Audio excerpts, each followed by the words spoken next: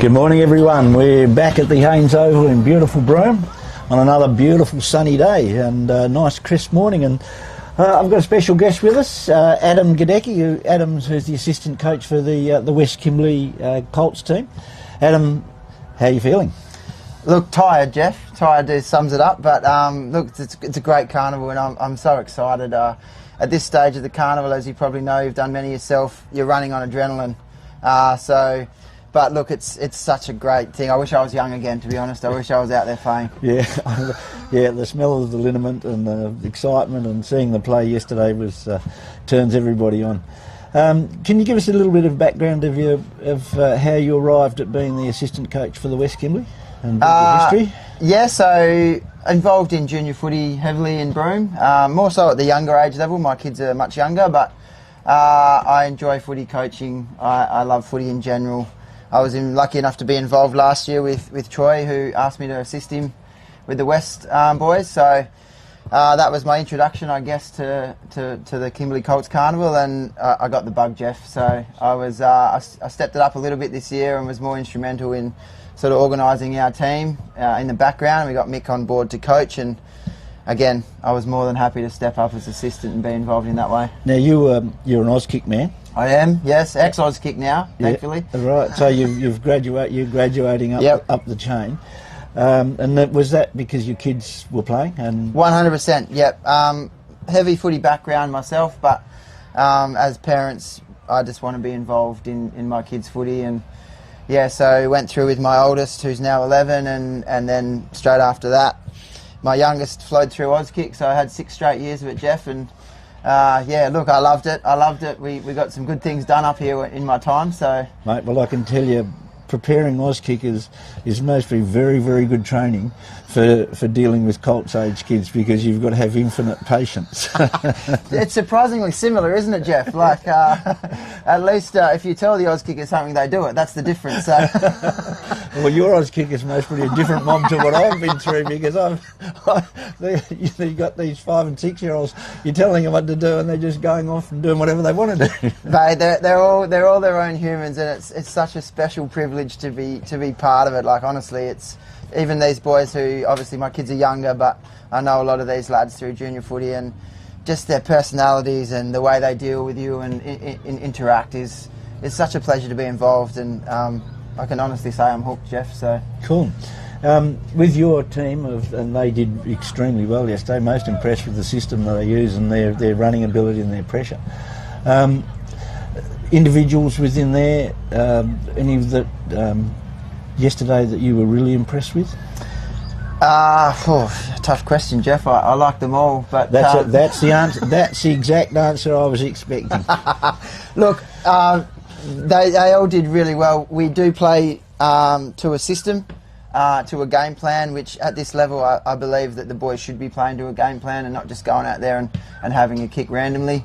To their credit, you know, with minimal build-up over here at West, they've gelled together really well. They've all bought in. I don't want to give away too many state secrets. If that's your next question. No, that's all right.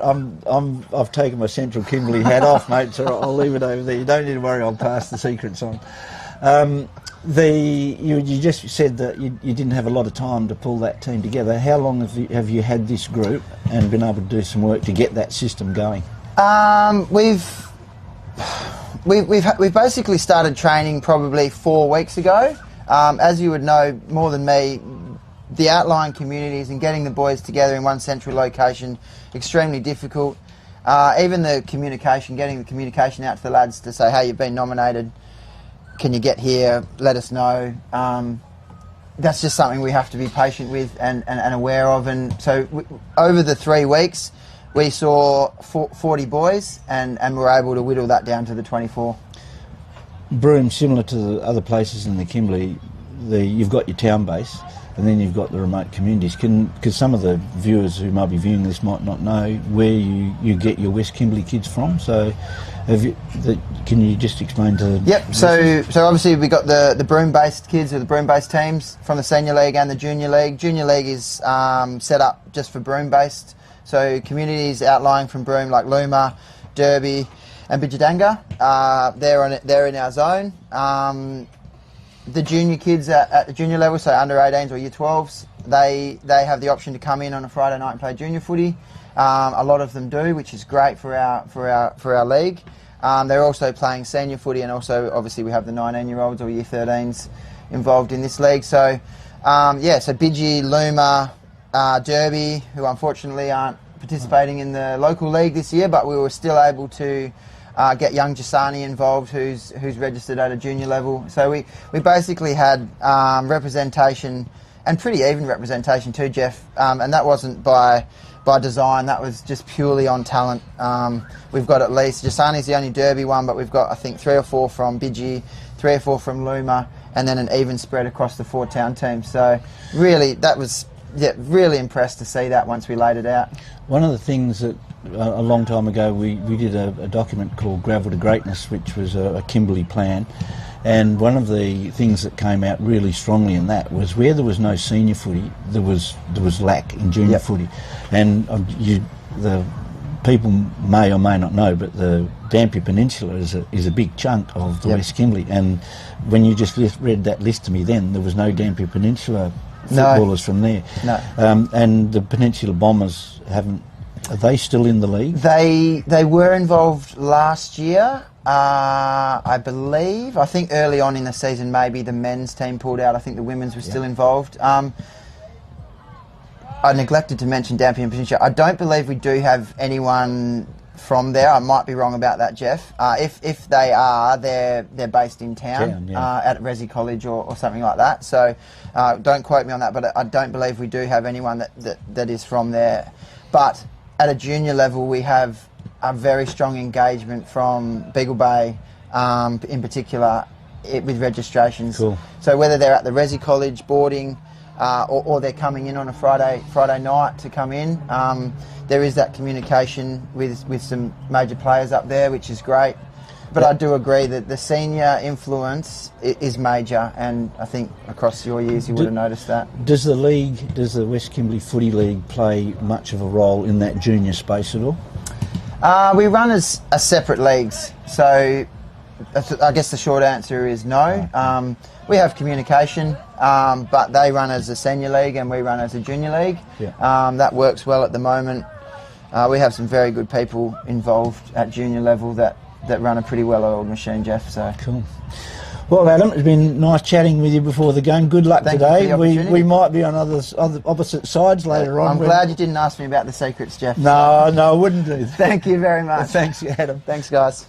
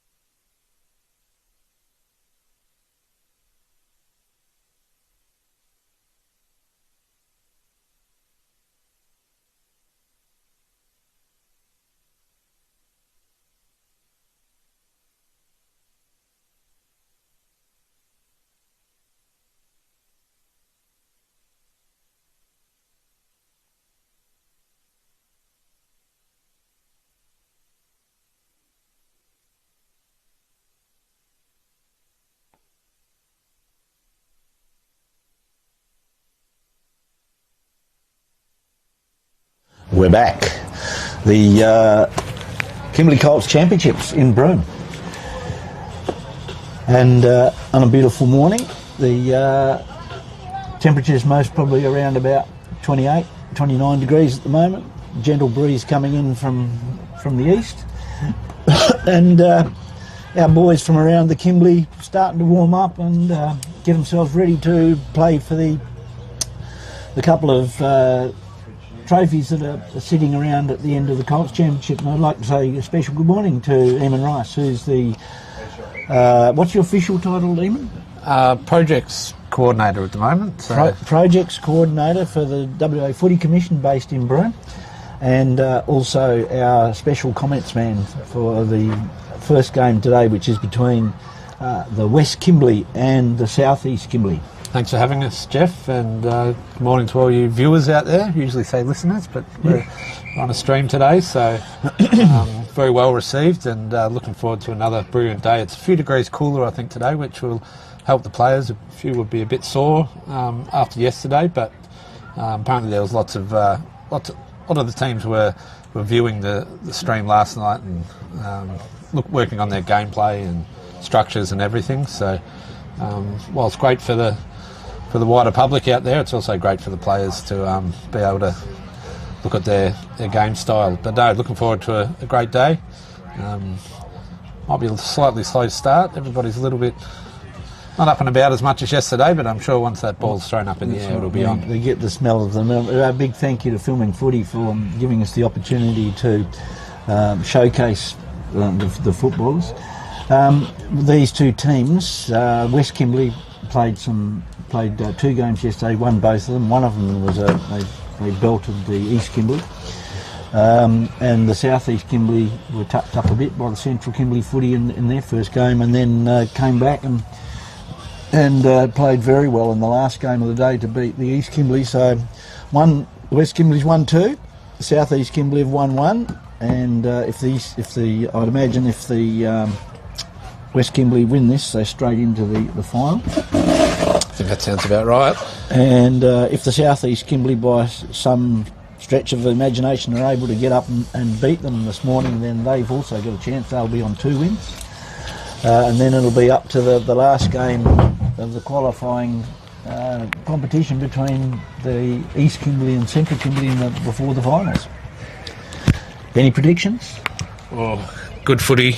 I think that last game we saw, or the second last game we saw yesterday between West and Centrals. I think that could be the GF, and if it's anything like that game, it'll be a humdinger of a game. Yeah, absolutely. We've got our central umpires out there today. A big thank you to the umpires from yesterday. Did a great display of umpiring. Our umpires have been drawn from all the 4 different leagues.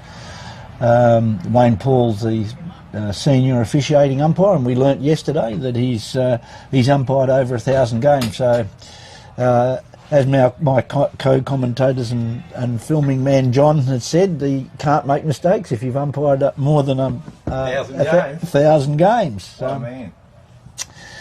Right, both teams are in their huddles pre-game, doing their planning, and we're just waiting for the first bounce down.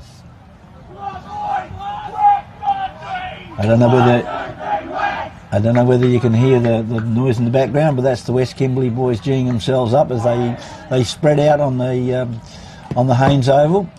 The surface of Haynes Oval is actually looking spot on. It's beautiful surface and for the boys to play on, not too hard. Some of these boys, particularly from the South East Kimberley, play on dirt ovals, so playing on grass is a bit of a luxury for them. Righto, Wayne Paul's now got the ball in his hand. He's issuing instructions to the boys in the middle, and we welcome Eamon back to the microphone. He had to dash off and get his glasses. Yes, the eyesight's waning these days. Righto, the ball's to be thrown in the middle. Up they go for the first bounce of the day. The ball's grabbed by West Kimberley. It's thrown forward, and a nice mark's picked up there by number 10, That's Jake Gardner. He bangs the ball forward. There's a ball's in dispute. These big tackles going on, and there is a holding the ball decision given, and this looks like McKay, the left footer from yesterday, played some great games up forward, and he's now looked like he's playing at centre-half back. The South East Kimberley moved the ball on with good handball, bit of run in play. In football, there's 3 handballs in a row.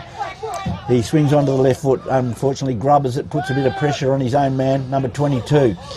That was Darius Rex, was put under big pressure, and the umpire has given Darius a free kick. He swings on to the right, centres the ball.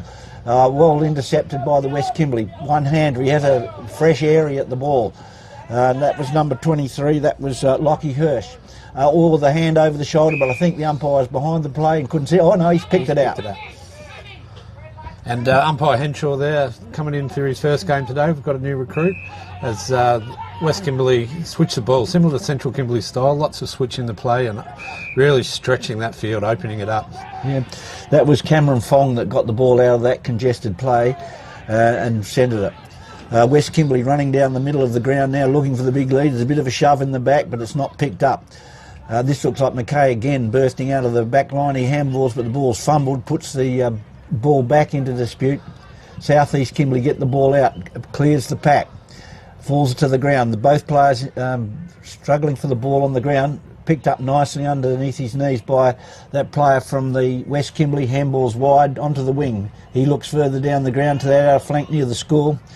South East Kimberley have got it covered. Big kick down the middle of the ground. And there's a player all by himself here, number 13. Haynes Majidel puts the ball straight forward. There's a bit of a push in the back, and our South East Kimberley boy has done really well in getting that front position. He most probably would have got the kick anyway. Big Caleb Manson there. Yeah. He's played a lot of footy over here in the West Kimberley Juniors for Cable Beach, kicked 5 or 6 in his first game. A Kurungu Roos boy from Bitaluna, great football name, and you'll see his skills here. You didn't put the knockers on him when he's drilled it. South East Kimberley get the first score on the board, and that will wake the West Kimberley boys up. They most probably came into this game thinking that they might have a bit of an easy win. And the two styles, again, yesterday South East Kimberley played a lot of direct footy. Again, they haven't been playing much footy of late, so a bit more old-fashioned and straight down the guts. And from the centre half back there, a 55-metre kick straight on the straight to Scotty Charles or Mudgedall there, and then Caleb Manson, man in front. Ball in dispute in the middle of the ground. South East Kimberley, you get it out. Nice little flick out handball to a runner on the outside. He brings the ball back in, but good defence by the West Kimberley. He's got a run on the outside of him. Number 4 for the West Kimberley, and he receives the ball back. Got a bit of pace. He scrubbers the kick towards the boundary line, and they're going to let it out. No, they're not going to let the ball go out. South East Kimberley bring it in. They might rue that. The ball's picked up by the West Kimberley, puts on the left foot. It's marked by Klazik Bullen, and handballs to the runner going past. He passes into the middle of the ground, and another mark taken right on the front end of the square. I can't see the number on that one. Unicombe. He picks out a lead in the forward pocket. We might have the answering goal from West here. Klazik Bullen shows some real footy now, doesn't he? He sure does, yeah. He's in and under, he can turn on a dime. His kicking's it's just like watching Cozzy Pickett. Yeah. Brilliant. We can't see the number of the West Kimberley player lining up for goal. He ambles in, has a shot, looks like a good kick off the boot, and he's put it through. Might have been Lockie Hirsch there, I think. Yep. 22. Number 22, yeah, Lockie Hirsch. And Lockie had a few shots at goal yesterday as well, so he's been pretty impressive. Top young man. He also helps umpire coordinator the seniors and the juniors as well. Really? A player. And on the umpires, we've got Wayne Paul out there from the East Kimberley, the 1,000-plus gamer, and Andy Henshaw from the local constabulary, who used to be a country footy WA board member, just like yourself, Jeff, but also giving back to the community constantly through volunteering and umpiring. So, which is great. All right, we've got 1 goal apiece after 4.5 minutes of play. South East Kimberley are doing well out of the centre ground around packs. They're doing well in that disputed ball. He puts on the foot, and it's again good defence by Philip Pigram. he flays the ball wide. The mark's taken on the half-back flank. He dodges around the man in the mark. Now looks in the middle of the ground. Sees his player there. He collects the ball, flicks the ball over. There now the West Kimberley boys are starting to run. And that's Mr. Hirsch again, I think. But he's pushed it wide to the right-hand side. So the first behind for the West Kimberley, 1-1-7 to 1 straight for the South East Kimberley. And yeah, great start. Looks like the South East Kimberley boys have had their Wheaties this morning. They're up and about, which is great to see. The fullback, nice kick out, about a good 50-metre kick, and it's marked strongly out there. And that looks like McKay again. He's directing traffic. This is a pretty good move, I think, them shifting him to centre-half back. He's been given a 50. I think there must have been movement on the mark. That one's Kevin Long, I think. It looks a bit like him. Oh, it is Kevin Long. Kevin Long, but is a really good size as well. Yeah. And beautiful kicking skills. Nobody on the mark, so he plays on. He bangs the ball. Good 50 metres. The push in there, and Manson takes the mark in the goal square. Manson has came out firing today. He was a bit sloppy last night. He had his mother, Margaret, giving me a few phone calls last night. I've got to call her back. Margaret Ann. She'll be happy if he slots this. It'll be his second goal. And he's very capable of doing that. Caleb Manson. Caleb Manson, yeah. Lines up. Pops it through. Goal umpire doesn't move, and he right straight through the high diddle. So 2 goals won to 2 goals straight. The West Kimberley in front. A very quick answering goal there. Again, very direct football. The 50-metre obviously helped, but a really great, really quick, really long kick that really helped Caleb there by Kevin Long. Right, Finlay Collins in the middle for the West Kimberley. He doesn't get in the mark. Shark beautifully by South East Kimberley. Bangs it forward. Here he comes again. He's the ball. Good ball by the fullback for the West Kimberley. There's a handball wide. Dummies one way. But great tackle by 16. He gets his handball in just in time. Number 17 for Jock Mosquito. Pushes the ball down the outer wing, but goes out of bounds. And Jock Mosquito is played Kimberley Spirit and made the country 19's Colts team. We need to find out who number 4 is for the West Kimberley, because I haven't got a number for him, and he's been tearing it up. Quite influential in this across the forward line here. The back line. Find him. Ball's in dispute on that half back flank. Comes outside the 50. Number 10 for the South East Kimberley, Tyrese Tex gets the ball out, but Shark by the West Kimberley. Number 15 picks it up, bangs it long. This time I think this is McKay now, who gets onto that deadly left foot of his. He looks for number 22, Darius Rex. There's a chain of handballs as the West Kimberley get that ball out. There might be, if he shepherds, the West Kimberley will get free. He does a little blind turn, good pivot. Ball dribbles along the ground, unfortunately for his teammate. Now it's picked up by the South East Kimberley. Handball forward, ball in dispute. The players are really having a bit of a crack over on that far wing near the high school. West Kimberley get it out the back of the pack. He looks inboard, and there's about 3 or 4 players all by themselves. A nice little handoff by Klazik Bullen and a snap for goal. I'm not sure what number that was, but it was straight through the middle, so that the West Kimberley answered very quickly. Number 2, wasn't it?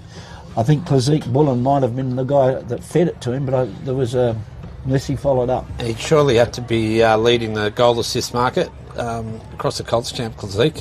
If not the direct goal assist, he's played many a hand in wheeling and turning and getting the ball deep in there, or with some beautiful hand passing, drawing the player. A good quality game that is developing into. The skills are quite good for early in the morning. So at the moment we have 2 goals won to 2 goals. Yep. That was Unicombe who kicked that goal as well. Okay, sorry Mr. Unicombe for not being able to identify you. Manny Corpus gets the ball on the wing and breaks the ball towards the boundary line, but it runs out of play in front of number 15 for the West Kimberley. Zanari Balbal was number 4 for the West Kimberley that we were talking about before. He's had quite an influence on the game so far. South East Kimberley bring the ball in. It must have been a lasso.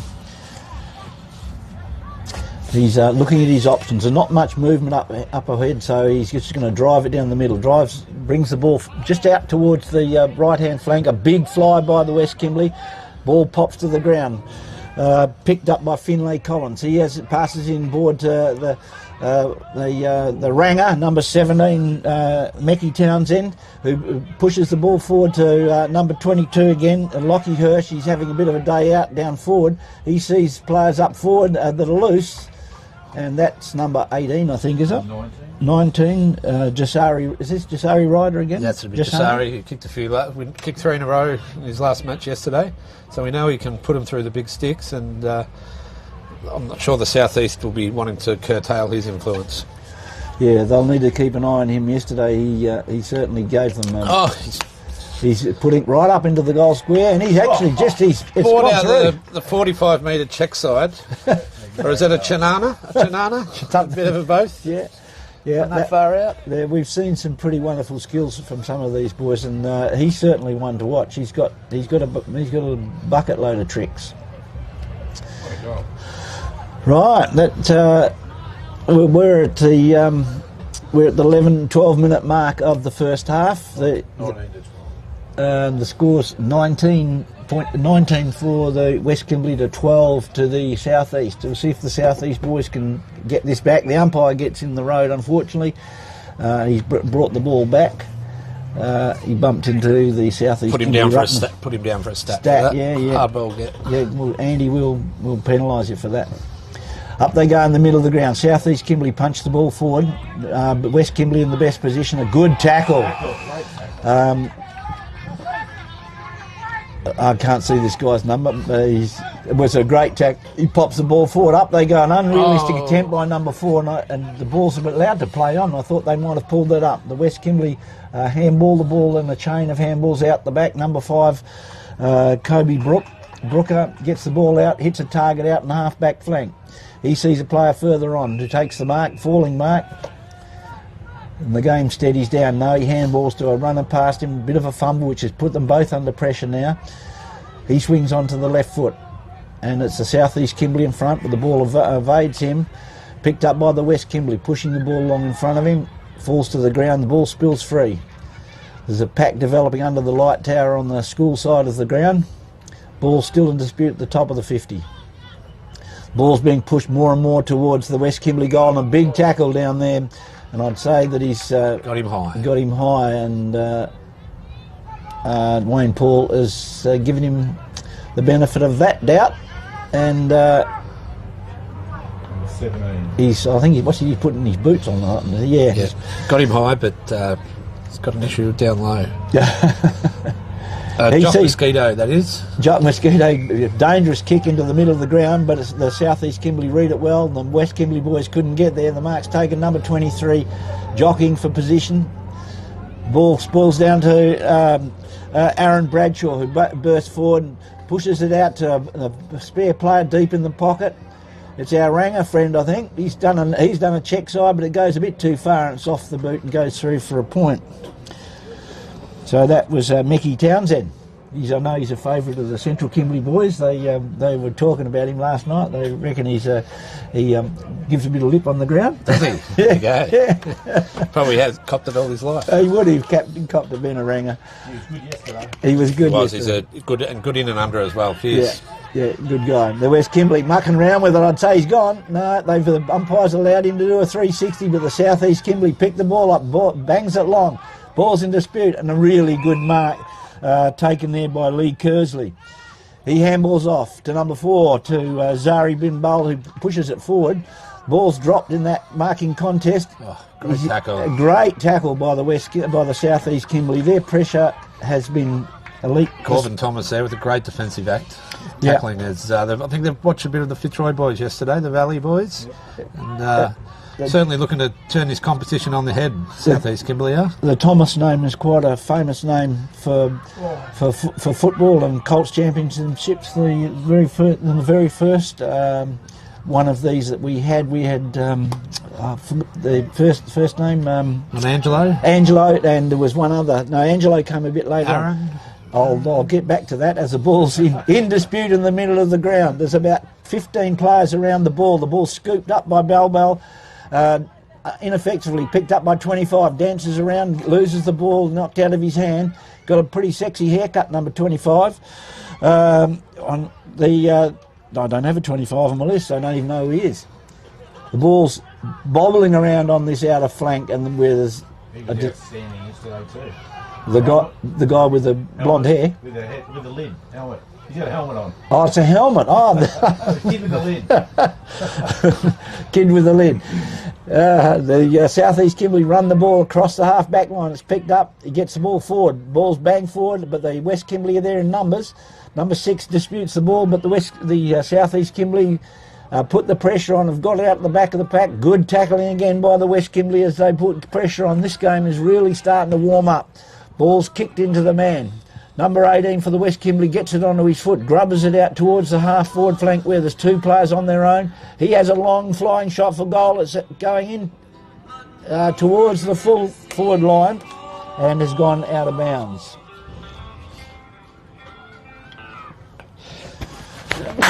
Sorry about that. The phone was ringing as the South East Kimberley bring it in.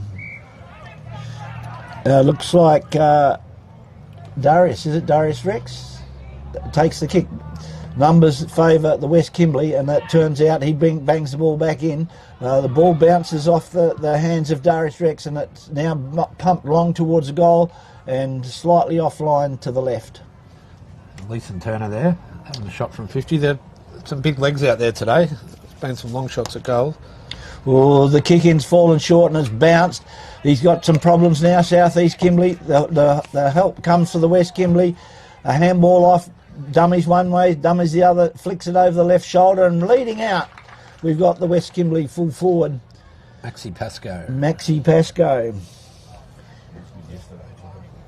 He was very good yesterday. He showed real goal-kicking sense. So he's lining up. He'd be about 30 metres, 25 metres out on about a 60-degree angle. Have we had a poster? I don't think we've had a poster yet in this competition. And he looks like he's nailed that. No. 1 point only. Drifted just slightly over the right-hand goalpost. Straight into it. Right, the ball's brought out to the Cable Beach side of the ground. There's number advantage if he can keep control of it in the boundary. No, it looks like it's actually rolled out of bounds. The boundary umpire will roll the ball in. And they're talking about whether it was a lasso or not. Umpire Wayne Paul says, no, throw the ball in. Ruckman jog across the ground to dispute Funny, this. we don't do many appeals in football, but now holding the ball and now the lasso rule is when the players put up the arms and appeal straight to the umpire. Lockie Hirsch and Darius Rex go for that. Darius Rex gets the ball on the foot, but it's marked by Corbin Thomas. By Elwood Wade. A good mark in the centre of the ground. He pushes it to centre half forward. The South East Kimberley look like they're going to come away with it. Do so. Ball's high in the air. Up they go. At the back of the pack, the ball's juggled. He gets the ball out, sees a target running wide for him. The ball runs in front. The South East Kimberley puts some pressure on, but he gets around that and puts in a short pass. It hits the ground. Picked up by South East Kimberley, pushed forward again. West Kimberley in the best position to take it. He pushes the ball backwards with a short kick, sends the ball up into the forward line. 2 of them standing there all on their own, and it looks like it's Mecky Townsend again. He's having another good day today. Bumped his teammate out of the way at the last minute, said I'll have it. But Philip Pigram here, he's been the catalyst for a couple of turnovers, and both times when he's done that, they've ended up with the shot on goal. Yep. Oh, another big hanger for down in the goal square. Unfortunately, doesn't hang on to it. The ball spills to the ground. Ball scrubbing forward. West Kimberley pick it up. He's put on the left foot really quickly, and he's hooked it. Looks like it could be out of bounds on the full. Point. No, sorry, a point. So, with about 30 seconds to go, the score is 3-5 to the West Kimberley, 2 goals straight to the South East Kimberley. Been a good first half of footy. They go out to the opposite side of the ground this time after having spent kicking out to the ocean side. They're now down the school side, but he brings it back into the middle. A short pass, and this is McKay. He's looking downfield, and the siren goes just as he's about to kick it. Great quarter of footy. We'll hand over and be back with you in a little while.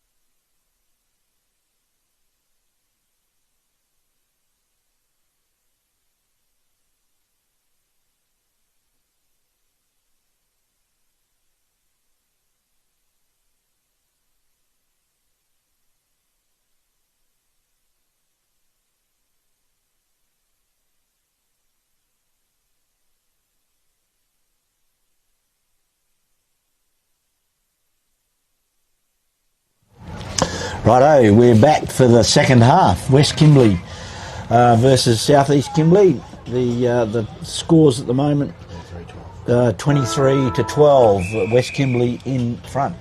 Ball's held aloft. Siren goes. Up the ball goes. Ruckman at it. Streaking through the middle of the ground was number 17 for the South East Kimberley in Jock Mosquito. Bangs the ball forward and a clunk is clunked down there by number 9, which is Cortez Mulligan. He sees another lead, and number 14, I think it is. It's take 22 again. Darius Rex starting to find some form.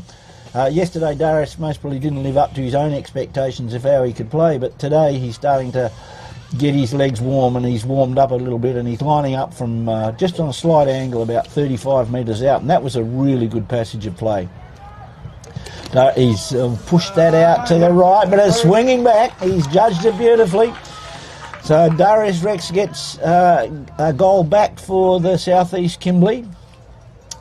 And that was a great start with only about 30 seconds in the second half gone. So it's 3-5 West Kimberley, 3 straight to the South East Kimberley. And again, it's a fast start by South East. See if they can keep the pressure on the West Kimberley. Jahalan Manson, who was in the middle of the ground, he broke that away. And here they go again. Number 17 on the left pushes it forward. This time the West Kimberley are in front of their man. They runs it out. Oh, a good pressure. The ball spills free. Picked up by the West Kimberley. The pressure's on. The ball floats into there. Another leap, a beautiful leap, and he just doesn't hang on to it. That was another sensational leap. We've seen a few of these over the carnival. The boys have got a bit of spring in their step today. Big tackle at the back of the pack. Ball in dispute again. Rolls out towards the outer wing. The South East Kimberley boys seem to think that they've got a chance in this. The ball's socked forward to the boundary line. He tries to kick it, doesn't quite get it. The ball's the free kick been given here. Not quite sure what's happened. The umpires are having a discussion. I think it might be out of bounds, perhaps. The umpire Henschel's now got the ball. He's tossing the ball up. Up it goes. Out on that far wing. West Kimberley palm it down. Beautifully roved. It's coming back. He's backing on, and he's about just outside the 50 on that far wing. He sees a player leading for him, and I think that's looks like Max Pascoe again. They're leading for him down the middle of the ground. He ignores that. Now he comes back into the middle, and our mate number 17, he got it again, Nicky Townsend, and he sees number 15, Liam Unicum, lining up. Now, Liam showed us yesterday his skills. He's pretty dead-eyed dick. I'm hoping I'm not putting the mockers on him. I don't think you can. I don't think I've really ever seen him miss. He's a great player, and he'll be likely playing a few games in Claremont. You're in big trouble if he misses this, mate, because I already heard him bagging you this morning when you put the mockers on. No, that was your other fellow commentator yesterday, Ben. Oh, Ben DeMeyer. Benny DeMeyer. All right, sorry, mate. Anyway, he comes in, ambles in, hasn't looking good. Look at the goal umpire. Hasn't moved. You picked it. Well done, Eamon, and well done to Mr. Unicum. So the score now goes to 4-5, the West Kimberley. Quick answer to the South East Kimberley, 3 goals straight, 18. So, yeah, 2 conflicting styles of footy again. Very much so, yeah. But really good to see South East Kimberley. Like the travelling teams always take a while. It's a long way to come across to really start gelling together. Yep. Playing at a new venue for them. I'm interested how Jahani takes this. He's a big jumper, but he doesn't get body to body with his man, and the West Kimberley guys get it, but the ball comes into dispute again. South East Kimberley get it. He tries to have a fresh area at it. West Kimberley pick it up across the back, and there goes that forward handball, which they used really well yesterday. They're coming out here to Townsend again. His ball hits the ground. Number 22, Darius Rex. Both good players and good competition between both of them. The pressure's put on. Big tackle. Didn't have much chance to get rid of it. The tackle was rewarded by young Wade. That was a ferocious tackle. He's a ferocious player. He turns onto a left foot. Doesn't perhaps connect as well as he would like. Ball is picked up by Southeast. It's push out again. Wade might get a chance to get this back. Townsend again across loose. Kazim Bradshaw, our man with the helmet, was there, couldn't intercept. All the balls slipped through the fingers of the Southeast Kimberley man. The lighter frame Southeast Kimberley boys have picked the ball up. It bangs the ball high in the air towards the 50 metre. Up they go. We're looking for a catch here. Oh, Manson. He's paid the mark. He's come from behind Manson, and he sees a player loose in the middle of the ground, but unfortunately he just pulls the ball a little bit. Geez, Manson looks like his older brother in Wayland, doesn't he? Yeah. He's got the hairstyle, everything as well. Manny Corpus took the mark. He's now pushing it down, and number 23, Keanu Crispin marks. No, sorry, that was Clasio Manson picked up the ball.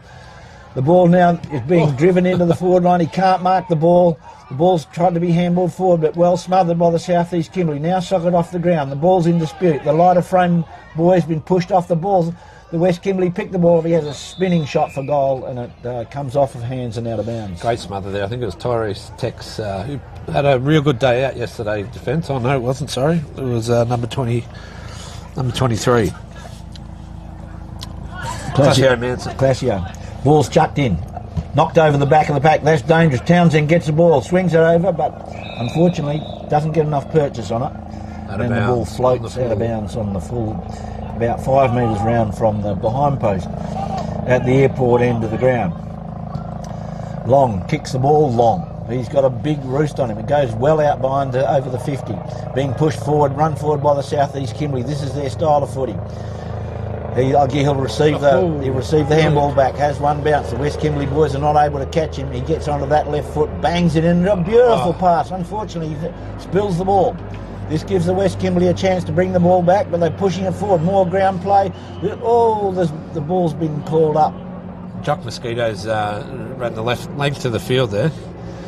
Mosquito has got some real stamina in his legs. He really peeled it. Second, third effort down the outside of that ground was really impressive. Now, I don't know what. The ball's being thrown in that deep in that left-hand pocket for the Southeast Kimberley. Again, ball in dispute. The ball does get out. Southeast Kimberley stumble, flicks it out again. There's going to be a shot for goal soon if he can get the purchase. He's wobbled forward. That's been kicked out of the pack. Who are they going to? Not sure who kicked that goal. Not around that pack, but yeah, can't quite see. It might have been our mate Kazim Bradshaw. He was number 6. That's Jason McHale. A really good bit of crumbing inside that pack. Flicked it onto his boot and dribbled it through for the 4th goal for the Southeast Kimberley. So we've got a close one here. 4 goals straight to the West Kimberley, 4 goals 5. So 5 points difference. We've had 8 minutes in the second half of this contest between these two teams. Ball's chucked up in the middle. West Kimberley win the ruck knock. They shark the ball. Palms off. Good play. Brings the ball down into the open forward line, and I think he's been pushed after the play, and he's going to begin have a kick down the ground. I'd imagine this is like Kalazik, is it? Kalazik, yep. And he passes to our man number 5, Kobe Brooker. Kobe Brooker, and again Kalazik potentially here another goal assist. As I said, he's been racking him up, and big boy Brooker. Oh, he's going to pass it off too. Meckie wants it. He wants everything. Townsend takes the mark. About 30 metres out, almost directly in front. Nice pass. Gave him every opportunity to get the ball. This was all caused by a silly turnover on the other side of the ground of pushing him after he got rid of the ball. And we got Townsend lining up at the Townsend today. Very good. He's got a bit of a helicopter floater, but it's straight, and he's celebrating. He loves it. West Kimberley boys get around him. There's high 5s going everywhere, or high 10s actually. Along with Jock Mosquito, definitely one of the better players on the ground this morning. He's working hard, lots of second, third efforts, pushing up the ground. But yeah, many repeat leads, so kudos to him. Dennis Cometti would have been very proud of that one. Townsend at the Townsend. turning in his grave, I think. What a legend he was. Okay, umpire Paul chucks the ball in the middle. West Kimberley again win the ruck knock, but it's going to be sharked by Kazim Bradshaw if he can get hold of it. Nate, one of his teammates gets it. This is number 3 for, which is Andy Bedford. Showed some pace, got the ball forward. West Kimberley intercepted though. There's calls for holding the ball, but the ball bubbles free. But here go the South East Kimberley. Number 9, Cortez Mulligan. Mulligan, the Central Kimberley. Central Kimberley, no, yeah, the mob from Nookenbar may be having a look at this and saying that's one of our boys. But he's playing for the South East Kimberley, which is Halls Creek and the communities beyond that. So, great kick though, under pressure, just snapped it around his body while he was getting bumped as he kicked it. So to still get that penetration on the kick. The West Kimberley boys, there's 10 minutes to go in this game. The West Kimberley 5-5. They might be, there's a bit of doubt. Now, there's a bit of argy-bargy going on off the ball between number 17 and 12. As number 12's trying to stop number 17 and get it. Now they're going to actually be together and dispute this to see who can win it. Neither of them do, but the West Kimberley player does. Gets the ball. South East Kimberley boys intercept across half-back. Now, Klazik, he goes down, he's appealing for a free kick, won't get one, 27. Raham Bimbusu gets the ball on his left foot, drives it towards the wing. West Kimberley in front, trying to pick up the ball evades him. The ball's look like it's a bit slippery out there. The South East Kimberley have numbers, but the ball gets out the back. West Kimberley steady. Oh, Wade drops the ball, but he picks it back up. He's going to make amends. He gets onto his left foot, drives it, sees number 23 out here on the wing. That's Guiana Crispin. He sends Townsend out on the half-forward flank. He puts the ball in high, made it hard for his teammates. And a really good mark by Clasio Manson. He kicks the ball into the middle of the ground. It's picked up by Andy Bedford. Has a bounce. Looks for his players further down the ground. The ball bounces over the back of the pack. Beat them all. It's been picked up by the South East Kimberley. Drives it forward, but a really good, strong mark in defence by the fullback.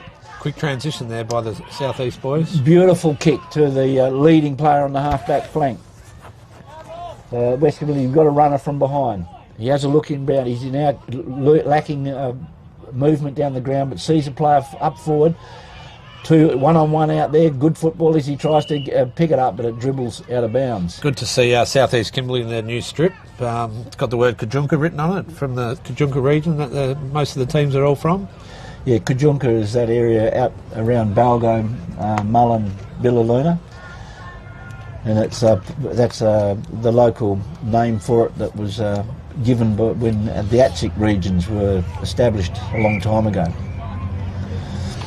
Now a free kick's been picked out of the scramble over there by the South East Kimberley. He wants 29. He wants to play on Manson again. Pumps the ball high. It's not making any favours for his mate, but I think he might have picked out the other Manson. That was Kurungu to Kurungu. I think it was cousin to cousin. Yep. Jahalan to Caleb, I think. Yeah. And they would have done it plenty of times out on the dirt oval, the red dirt oval out at Billy. At Billy, yeah. He's kicked 2 today, Caleb. Can he keep it going? He's got lovely skills. Yeah, he's done it. And they've hit the front. They're in front by a point. Wow. West Kimberley will be wanting to get that one back. We're at the 13.5-minute mark of the second half. We play the boys here play 2 20-minute halves. So we've got about a half. We've got a little while to go, and I reckon we're in for some real good footy. Here we were at the start of the game, saying who's going to be playing where in the grand final, and absolutely. South East have come out firing. The ruckman for the West Kimberley has really, in the last 2 or 3 throw-ups, has really put his mark on this, and it's done it again. The West Kimberley getting the ball out of the centre, forward handball, and then to the player running past. Good team footy. Yep. Spots up, but again, there's been something pulled out. He wasn't too much in it, but he got him very late. Just a late bump. Wouldn't have hurt the player, but unnecessary. Yeah, and they've brought it to the where the ball landed. There's pushing and shoving going on, and they're going to get sent off if this continues. It's a bit silly. Play your whistle, umpire. Take the ball down forward. Get the game going. Good work. Get the game going. Yeah, the game's going again. The South East Kimberley boy takes the mark. There's no players on the other side of the ground. They're wrestling with each other. The South East Kimberley are going to take advantage of this. Up goes Ainsley Mudgedell. He gets the ball, handballs inside. He handballs forward again. Mudgedell gets it again. Dummies once, puts in a little step, picks out his player. He's going to get lined up, but he gets pulled off the kick and it floats towards the boundary line. South East pick it up, snaps over his shoulder and has put a miracle goal from the boundary line. Was that Jason McHale? Number 6, Jason McHale. That was sensational. He was off balance. He's picked up the ball, flung it on the foot, and it bounced through the middle of the sticks, and they hit the front. So 7 points up. they're now 7 points up. How long to go?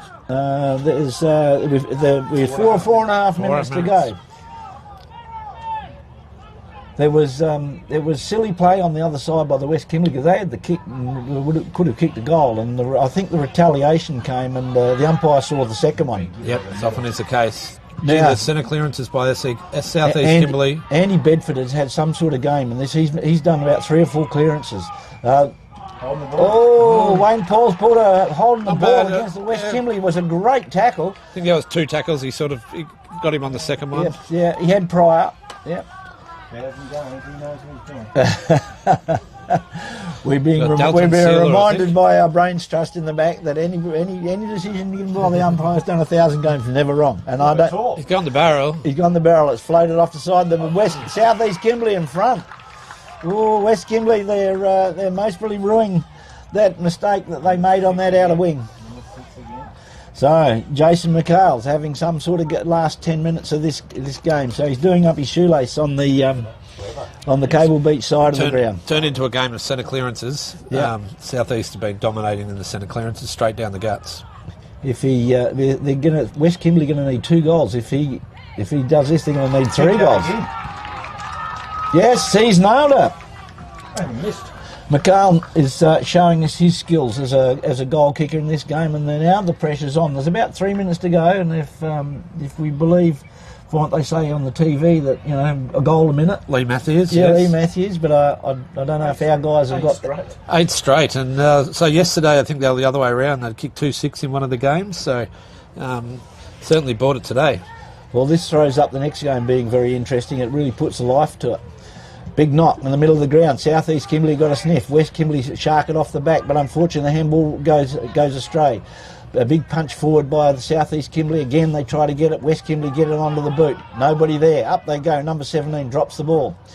The ball spills. West Kimberley break out nicely with the breakout handball. Wade picks it up. He's looking down ground. He has a bounce. He's drawing a player. He might bang out ahead of Townsend. No, he decides to go further down the ground, and the mark's taken by McKay. He was wanting a lead up there. Didn't quite get the lead up when he wanted. He gets onto that big left foot of his. Up they go. Good dispute by Wade. Little guy against a big guy, but he was able to bring the ball to the ground. West Kimberley pile in. South East Kimberley pile in, and the pressure's on.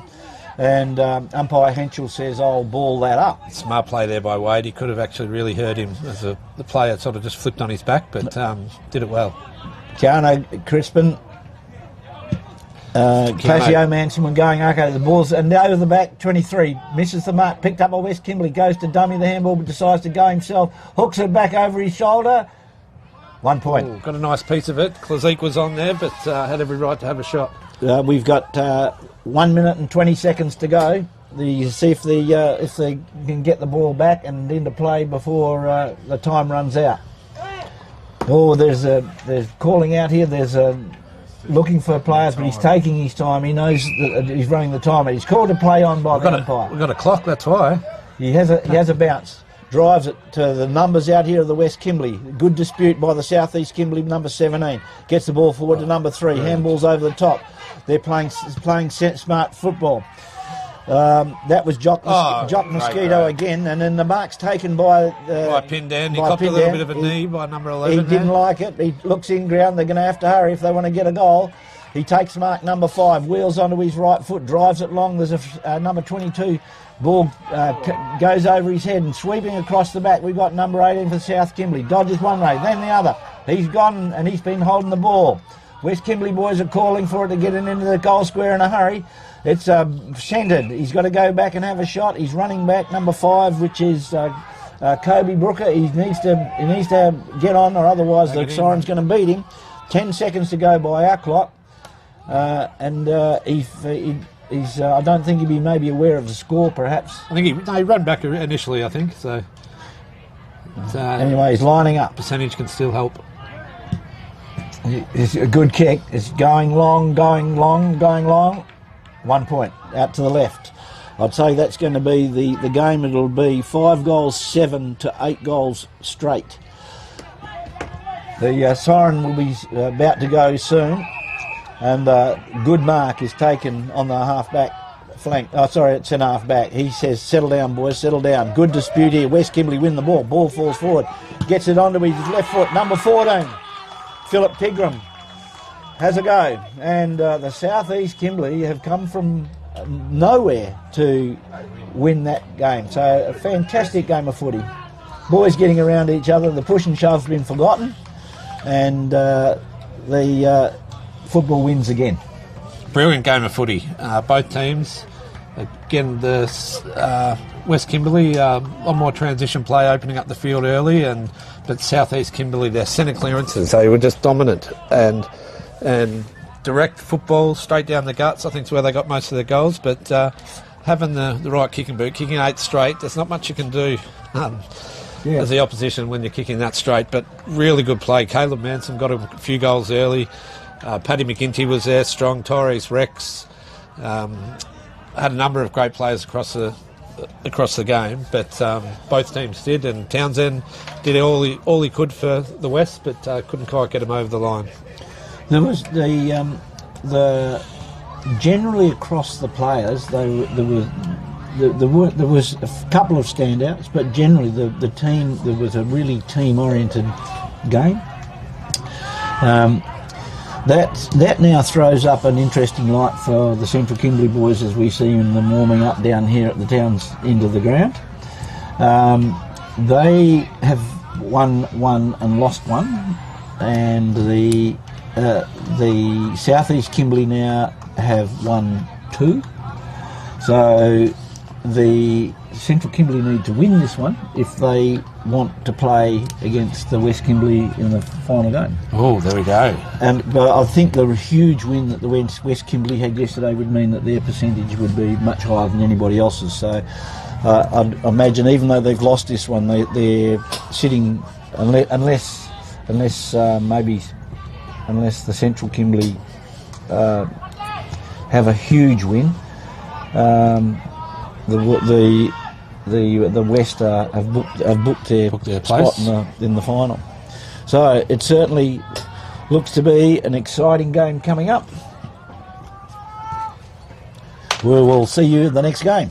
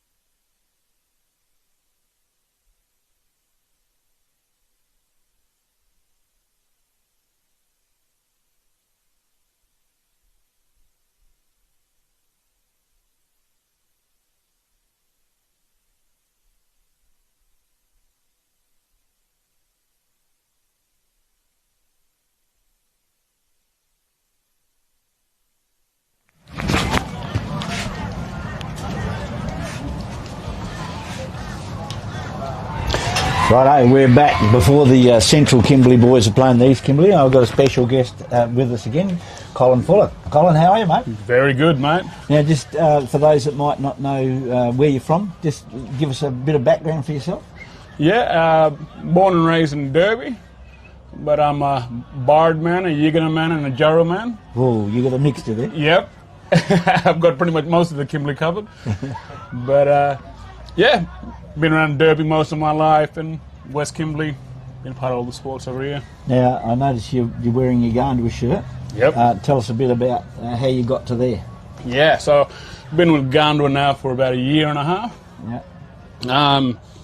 I was looking for, something a bit different from my trade, electrician, and decided to put the tools down and pick up a bit of a job for the heart. Yeah. And, been loving it. Gandua's got me covering from Luma to Mount Barnett, and that's all my family out there, so I get to visit them once a week thanks to Gandua. And being the man you are, I bet you really enjoy it too. I love it, yeah. You must have been this time last year then that you would have had your first Colts championships. Yeah. And now this is your second. Any comparison?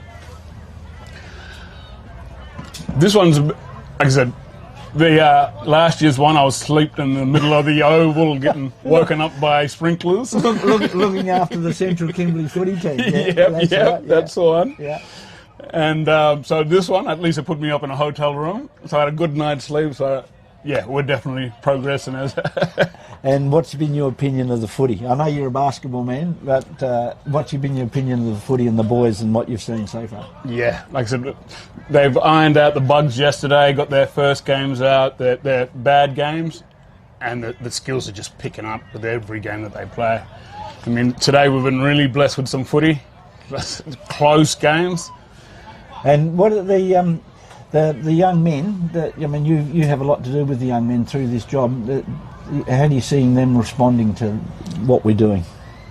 Man, they're eating it all up and following suit. They're all ready to pick up the arms and take on the fight, from what I've heard. Yeah, good. And Derby, which is for those who are not aware, is another major town between. Well, it's 250 k's away from Broome, further up the coast.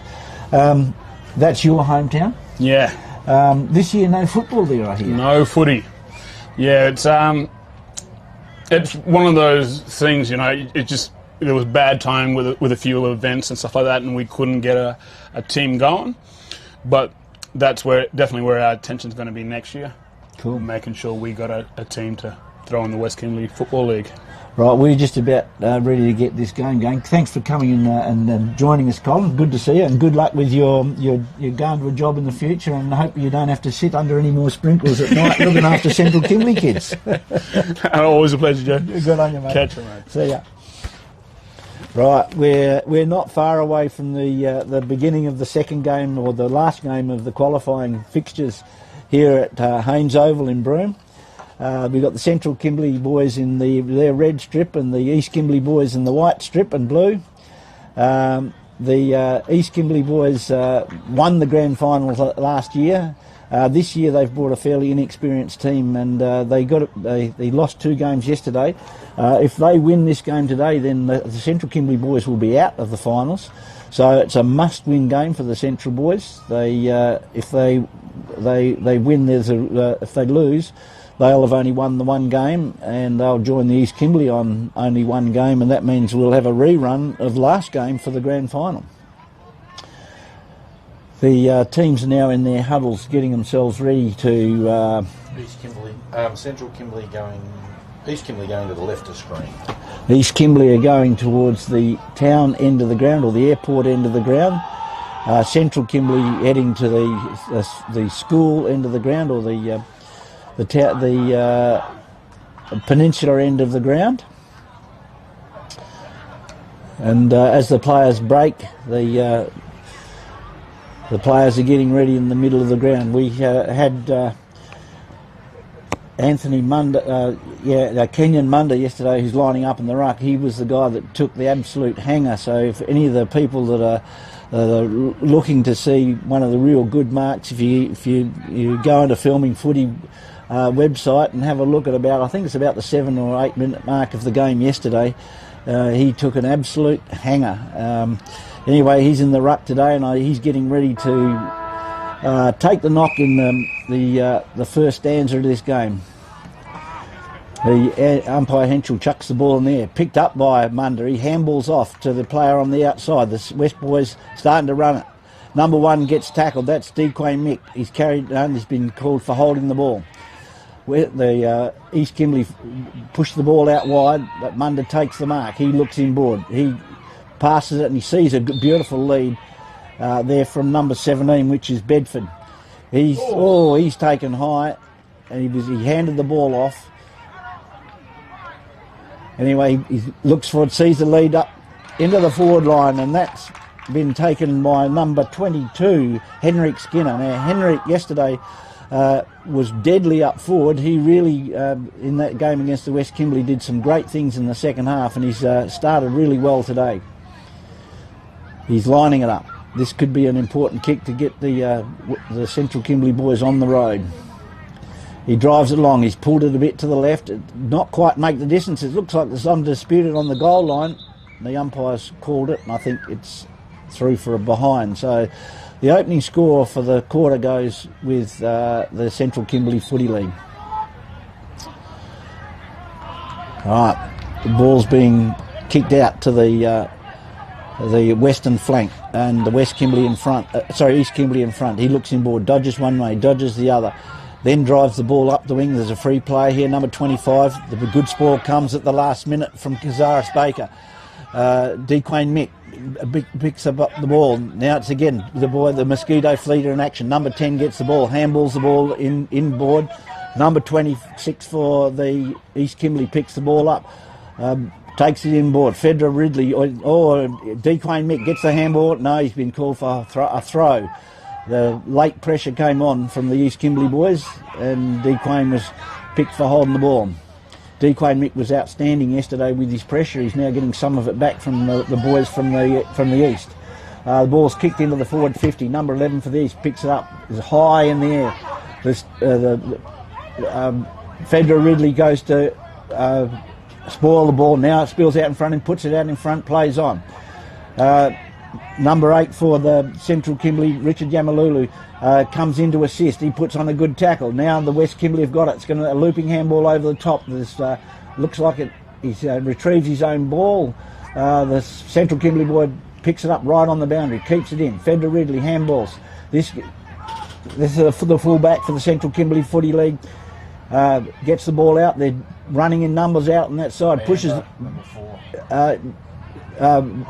The ball, good tackle again by the Central Kimberley out in that far wing. It's going to be holding the ball. Be interesting to see if the runners for the Central Kimberley go. There it is, Ikeem Brown, who was one of the runners yesterday in the midfield who really pumped it up. He picks out, is it Bedford there? I can't see that. And he bumps it forward. This looks like Dane Lanigan, who's got the ball, who was a really smart goal kicker yesterday. Passes the ball off. He looks for goal. The ball spills over the back of the pack. This is Lyndon Dickens by the looks of it. I can't see his number at the moment, but the lanky left footer, well, he's not really all that lanky, the left footer lets the ball roll out of bounds deep in that forward pocket for the Central Kimberley. Dickens is deadly around goals. They need to watch carefully again if he gets hold of the ball in that position. East Kimberley push the ball forward. Ball still in dispute in that pocket. In they go. The ball crashes to the ground. Right near the boundary line, there's all piling in on top, and the ball will be chucked up by the umpire. Up goes the ball. Tap goes in, running across the front of the pack as the West Kimberley. They push it forward. Ikeem Brown breaks free. Has a long shot for goal and he's going right to the goal line, but it's been touched through. He's kicked it. Ikeem Brown, that was a sensational goal. Great goal. That boy has class. He went down to Claremont and spent 6 or 8 weeks down there training with their Colts team, and wants to go back to Perth next year. He's finishing his schooling in Fitzroy Crossing in the next term, and is hoping to go back post these championships.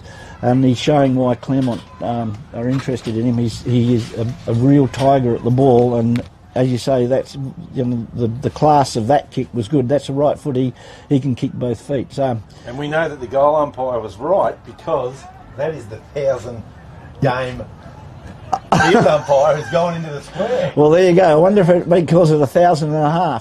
Oh, Ikem Brown again. He's in front. The East Kimberley boy. Now Ikem emerges with the ball. The forward handball goes to Yamalulu. This now to number 8 for the get to Yamalulu. He gets it forward. That was Nashaw no good who started that. Number 17 picks the ball. That's Bedford. Oh, another huge leap from the back of the pack. He doesn't pull it in. Tried to be socket off the ground by the Central Kimberley, but it's picked up and cleared from the back line by the East.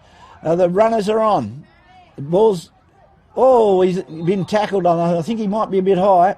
Tucked into it, but he's still got to protect the head. Right, that's number 20. That's number 3, Kenyon Munda again. He started well. He's looking down the ground. He's just popped it forward, and this. I'm waiting for him to turn around. Oh yeah, this is Henrik Skinner again. As I say, he was a real show yesterday afternoon, and he's come back and he's displaying it again this morning. So he's lining up from about 35 metres out. He missed the last one to the right, and he's done it again. The ball's coming back, but not enough. So 1 point. So the score 1-2-8 to 0, and we've been going for about 8 minutes in this game.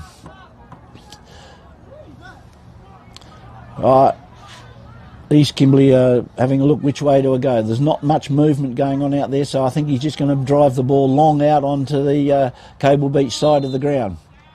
Well marked on that half-back flank by the East Kimberley. He's having a look around again, seeing if there's any players loose. Number 17 leading for him. He ignores that lead. Now it's called to play on. He gets around the man on the mark, has a bounce. Drives the ball long with a big torpedo. Number 15, Kazaris Baker, was being held. Had good front position. He's a young player who's really come on this year. He looks in the middle of the ground, passes the ball. Deontay Wungerton, I think this is number 10. He centres the ball, and this is Dequane. 50. 50 wasn't much in it. The player sort of feigned to go on, and the natural reaction to... And with these boys, their natural reaction is to go quick, and it must be really hard for them to stand the mark. Very much so, but great mark under pressure there by Big Switch. Yep. And lining up from about 35 out, dead in front. Dequane was a leader that's stepped up in the last in this year for the boys, and he's one of the leadership group. He's a co-captain, and he's leading by example out there. That was a great kick. He and is it just me, or have we got a different goal umpire down there? Yeah, it's him. The 1,000. That's it. Goal umpire. Umpire. I think is it? I'm not sure. Anyway, we'll sort that out. We'll get the binoculars out and have a look. Wayne Paul. I think it's him hiding behind the goalpost, isn't it? Anyway, we've got Andy Henschel chucking. Mr. Fuller, your commentator. Oh, is it? Right. Oh, beautiful knock over the back. Ball fed forward, and the ball's fed out to number 9. Just can't quite get hold of it. This is number 5. This is Willow Williams, who played a great game yesterday. The boys are passing the ball amongst themselves, but the East boys are over the task and get onto it. Nice spoil going forward by Deontay Wungerton then. The Central boys pick the ball up, pump it forward. East boys leading in the chase. Well picked up by their big centre half back. He pumps the ball forward, sees a player. Nice spoil coming in from... sorry, I was going to turn my phone off. Someone's ringing us when I don't need to be on the phone. Anyway, the ball's out the back. Central Kimberley sees a spare player. He takes the mark. This is... and here we've got... Dequane. He sees Lyndon Dickens. He gets onto that left foot. He handballs inboard. Bit behind, puts him under pressure, but he gets out. He handballs in front of himself. Breaks through 3, 4 tackles. Now looking inboard. Handball foot does the forward handball. Gets it back again. Drives it into the forward line, looking for the lead. Good spoil by the East boys. Collard gets it. Snaps over the shoulder. It's smothered on the boot. They're going in hard down there. Punched forward by the East Kimberley, and the ball spills out the front. It's picked up by the Central Kimberley running in. Nice handball forward. Ball's dropped. East Kimberley break through the pressure. Forward handball again. The pressure again by the Central Kimberley boys is great on that outside wing. The whistle's gone, and he is given a holding the ball decision. Number 7.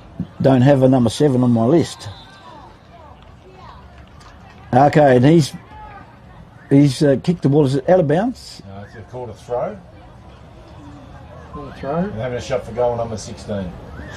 Alfonso Collard, who showed yesterday at the end, towards the end. He's an underage player, big boy. He also has been part of the development program. He's lining up from close to the 50. He's quite capable of kicking the distance. It's just to be a matter of accuracy. He's unloaded towards the goals. It's gone over the back. The ball's pushed onto the ground. It's going to be snapped over the shoulder. It's well smothered by the East Kimberley boys. There's crumbed again by, I think this is Lyndon Dickens. He is a master at the front of the packs and doing that, and his goal sense is fantastic. Very well, a bit of a shake and a shimmy there, and again, good purchase on it while he's sort of fading away from goal. We've got Dequane Mick coming off the ground, and Rahia Williams coming onto the ground. Rahia's coming into the midfield. Played some excellent footy yesterday. He's adding to this midfield. We've also got Willow Williams in there, who's a bit of a speedster. So they're looking like the coaching staff are saying, let's get some speed on the ball. East Kimberley get the ball forward. There's good pressure, but unfortunately he's tackled without the ball. He sees players leading up. Pops the ball over the top into space. The full forward picks the ball up. He's immediately crunched by the Central boys, whose pressure yesterday was good and is now turned up again today. Keane Brown gets out the middle of the ground, beautifully picked up by number 13, Rahia Williams. He gets the ball out on that half-forward flank. The numbers maybe favour the East Kimberley, but now the pressure comes on as the Central boys get there. Ball spills towards the boundary line, tries to keep it in. There's a big pylon down in that forward pocket. Bodies going everywhere. Central Kimberley emerge. Ball comes out the front. East Kimberley now get it, settle the ball down. Number 29 for the East Kimberley sees a player deep on this wing. He goes long. Up they go. One-handed effort by Akeem Brown. The ball's still on the ground, picked up by the East Kimberley. He handballs and it rolls out of bounds. Lasso. No, it's a lasso, is it? And the East Kimberley is starting to get their hands on the ball a little bit more. Yep.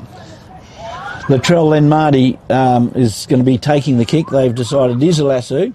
Latrell played some great games, great football yesterday. He played at full-back and really steadied the boys. He looks for Cazzo Baker downfield in the middle of the ground. He flares it into the middle of the ground. The mark is taken by Richard Yamalulu. He handballs to his player going past in Lennox Bamba, who had an absolute ripping game yesterday, and they've found Collard again. Now, I think he's going to have a go at this. He's loading it up. Doesn't quite get onto it. It's going to fall in the goal square. Up they go, and the big mark is taken by the East Kimberley boy, their fullback, at fullback.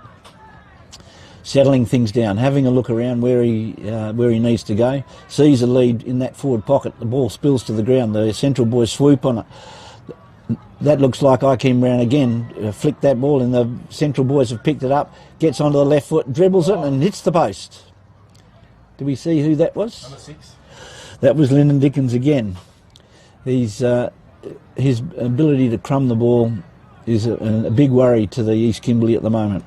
Yeah, himself and Dequane Mick are getting a lot of the ball, and East Kimberley is struggling to get it out of here, so didn't go long to a pack. Out wide, no, he's got to switch it up. He's found somebody free in the middle.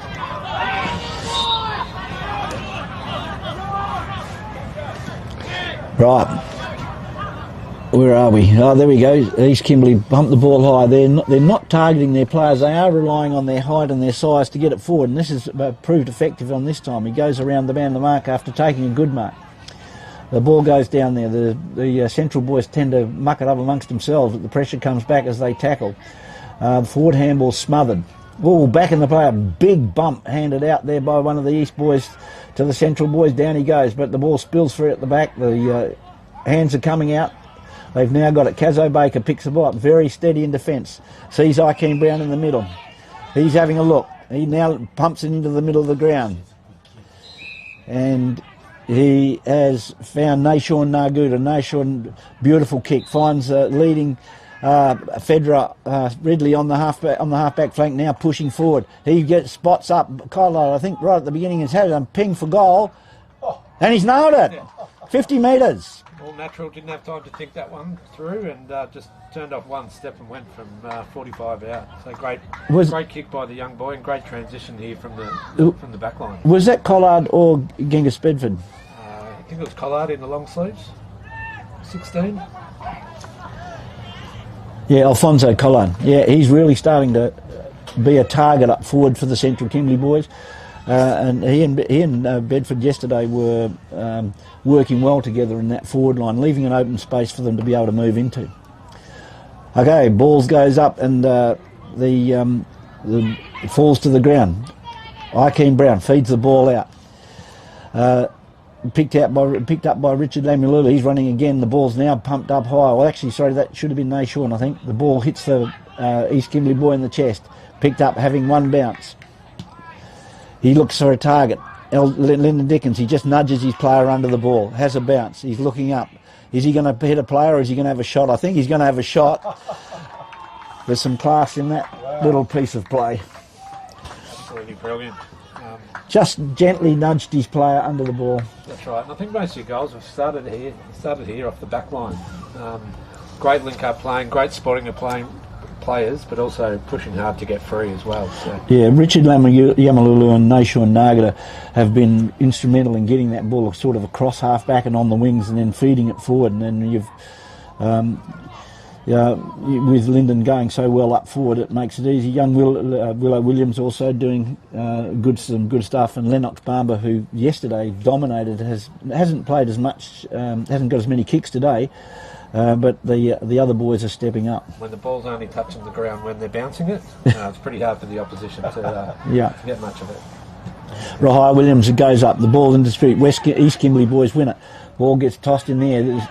Running forward, and a really good attempt by number 10 for the East Kimberley. He hooks it over his shoulder. It needs a big spoil here. That's absolutely brilliantly done. We were speaking of Lennox Barber. He breaks free, and he's a long striding. He's only a short kid, but he's got some pace on him and some skill. That left foot unfortunately misses the man that he was looking for, Nashon, who's his mate from Nookumba. They swing it back into the middle of the ground. A good attempt by number 11 from the East Kimberley.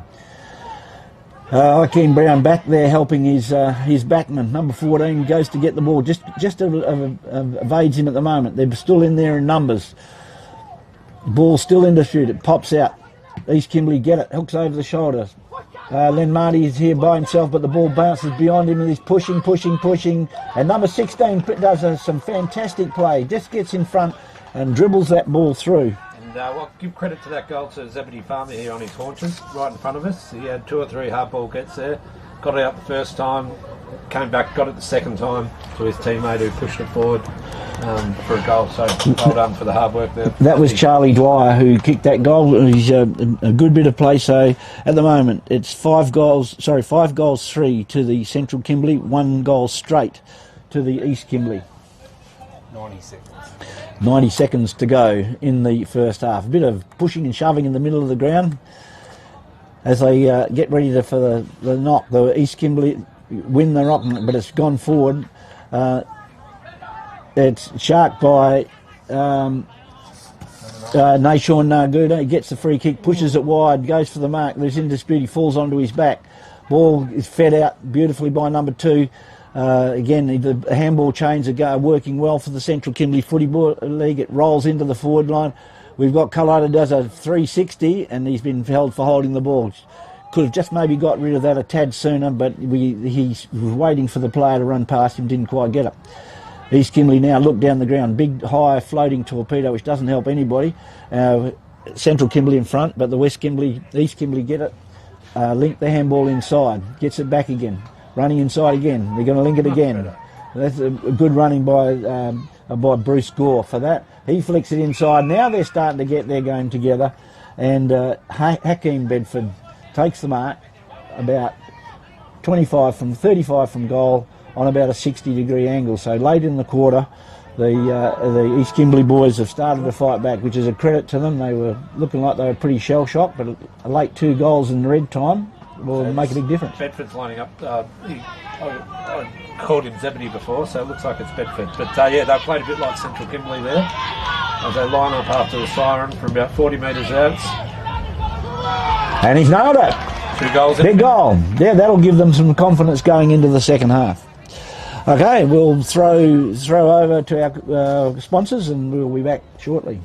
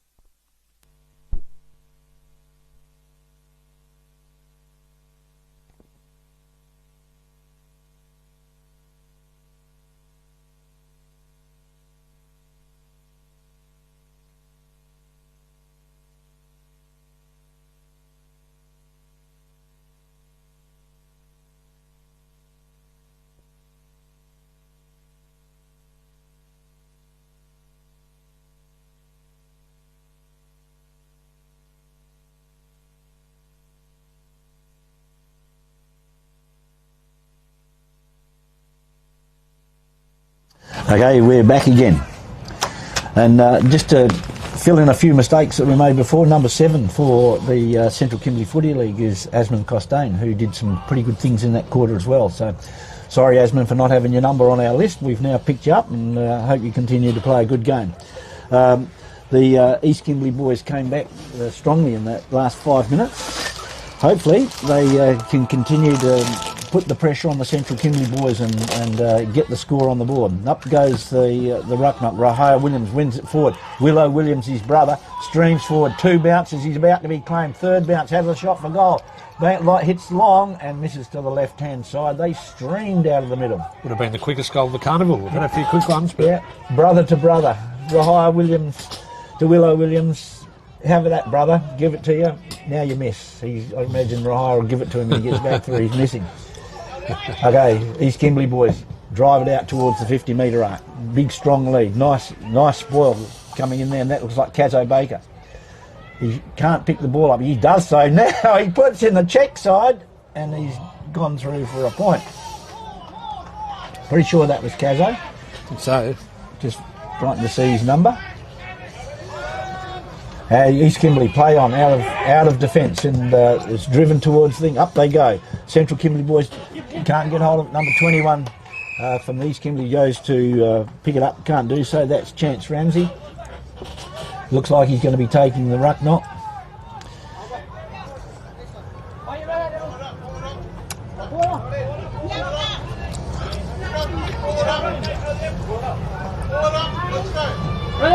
Okay, here goes the ruck knocks. Young Naishun Nagadu, who's about 2 foot nothing, had to go up against a 6 foot boy there, but he did okay. They disputed it. The ruckman picks it up, brushes people aside. He runs into his own man as he's being tackled. That was pretty unfortunate. That was really good play. Really good play. Ikeem's disputing where the guy should be standing on the mark. Pops it for a beautiful pass, doesn't just gets a hand in the East Kimberley to spoil it, and it spills out to that half-back flank. He's got it under control. He tries to feed the handball out, does so, comes out the back. 2 of them there. They got the numbers. They're now up against the boundary line. The tackling comes in, and that... Holding the ball. He had prior, the umpire said. That's again Kazaris Baker putting on huge pressure there. It's Collard, the long sleeves. Oh, yeah. Long sleeves to get the votes, you reckon, Jeff? Oh, mate, absolutely. Stand out for the umpires. Now he's on a really cute angle. He's lining them up. He's pushing it right to the goal square. Up they go. There's a chance for the leapers, and he's nailed that. He has nailed it.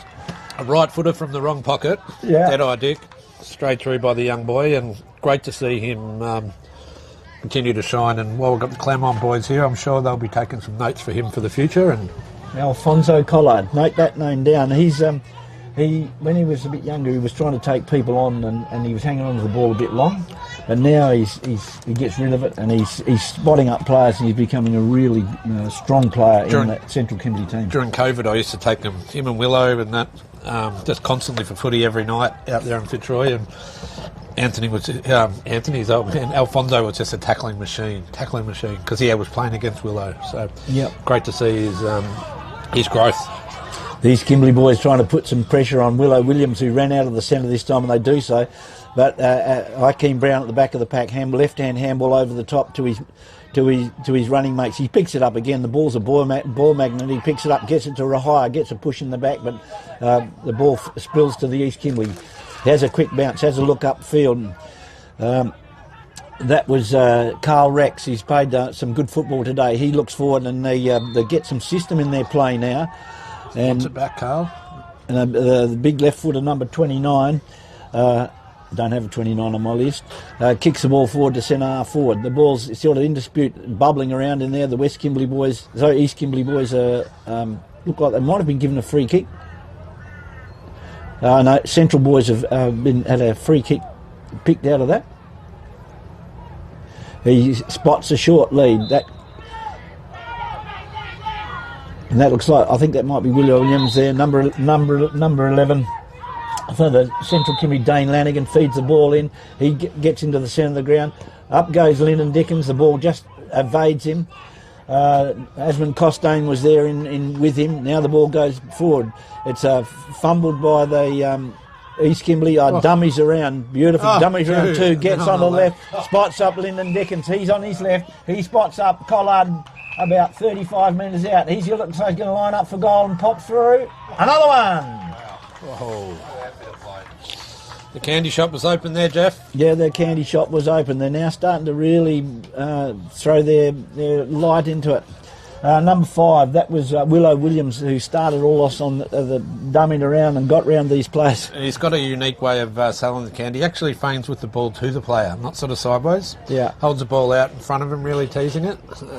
It's interesting to see the confidence growing in these kids who last year they all got belted. We got belted in all 3 games. When I say we, I shouldn't be biased. The Central Kimberley got belted in 3 games last year and lost, I think, one by about 8 or 9 goals. And to see the growth in these kids since then is amazing. So Rick Kennedy and his coaching staff deserve a real big pat on the back. Agree. Up they go. The taller East Kimberley guy wins the ruck knot. Who we've got? Dequane Mick chasing, putting the pressure on the ball. That running brigade is really putting some pressure on. He forces the handball wide. There's a bit of bumping off the ball. He's been taken out off the ball, but the umpire ignores it, and the ball spills out of bounds. Yeah, a heavy bump dished out by number 3 on number of the East Kimberley on Dequane Mick, but he's up and about. Yeah, it was Carl Rex asserting his authority there. The ball comes down to the ground. It's picked up by number 29. Swings on the left foot again, really high, and it's. I think it's picked up by Lennox. It looks like Lennox out there. The ball's into the middle of the ground. He drops the mark. That's Lennox now. He handballs forward. This forward handball game that they played yesterday and this running game really opens up the play. He's done this. The ball's gone over the back. He's just misjudged it and it's picked up by the East Kimberley in good defence. He's having a look in the middle of the ground and down the side. He's going to go to the middle, but he's been chopped off. He's going to go all the way himself, I think. No. That looks like Zeke. He's gone. He's picked out number 14, this is Roseanne Thurcombe. Got into really good position there, saw the ball coming down, slipped into the front of the pack and took a really strong mark. Roseanne has been a Nookumbar boy who's joined the squad sort of later in the season, but he's picked himself up and he looks like he got himself a goal. And the Nookumbar boys, we know they've been a dominant team in the club in the Central Kimberley for many moons, in the men's and the women's, and good to see the next generation of them coming through here. Yeah, it is. It's I think there's about 7 or 8 of the Nookumbar boys in this Fitzroy team playing against a team in their traditional Nookumbar colours. Yeah. So might be a bit of an experience for them. Yeah. The boys are from all different communities around the valley, and the coach this morning was pointing out how well that they've been representing their communities. Willow Williams again. Willow Williams again. Some great shepherding behind the play. Collard's in there. He's beaten for it. Zeke is chasing him. He puts the pressure on. Great pressure, which caused Lanigan to pick up the ball. He's looking sideways. Great smother by the East Kimberley boy. Ball fulfills forward. The tackle comes on from Nashawn Narguda, but the East Kimberley boys keep control of it. Bangs it long up into the forward line. No marks taken. Ball spills to ground. Ball's being pushed forward by all of them. Looks like he's been tackled. This will be tackle without the ball, and he might have just accidentally fell on his face here, I think. That's Lennox Barber, who's playing some excellent football across half back. He got pulled down to the ground. He banged his head into the ground. He seems to have recovered. There's not much movement. He's giving it to he's obviously going to come off. I'd say there's a blood draw and he's coming off. Very good this week. He has. He's been excellent. The Central boys want to play on, but they've been pulled back. He's a tough boy. He won't be worried about a bit of blood coming out of him. Righto, we set again. Cross half back. Looks wide. Sees the player out in the far wing. Picks it up. Has one bounce. Has a second bounce. Calling the players to run towards him. Does so. Lobs it in. The mark's taken down there. looks like, is it Lyndon Dickens again? Number 6, I think so. Yep. Yeah, it's Lyndon. He's going, where are you guys? Where are you? Can I kick it to you? Now he's going to say, I'm going to have a ping. Top of the square, I think. 15 metres out. If he misses this, when I see him later on this afternoon, I'm going to have a crack at him because he should have passed it off. He's far too far out. He loads it up, sets it up for the big ones. There's a big fly by Willow Williams. Doesn't quite get hold of it. Nearly did it, and it spills through for a point. The East Kimberley boys need to regroup a bit. That's right. Ramsey and Spencer down here are doing a mountain of work. 2 big boys in the goal square here. So 21 Ramsey for East is playing a great lone hand here. There's 1, 2, 3, 4 boys, East boys standing by themselves, but he ends up putting it up high. Deontay Wungert in front of the pack, brings the ball down. Good pressure. That's the place to be when you're a defender. Bring the ball down. Dane Lanigan was in there also, sharking the ball. Dane, number 11, little shorty, but he's got a fantastic way of reading the ball. Kenyon Munda is taking the ruck knock, takes it over the back. Lyndon Dickens, forward handball, the ball spills front. Lyndon's going to regain his ball, picks it up. He's slung down after the tackle was Roseanne. Up the Dequane Mick in front, the ball spills to the ground.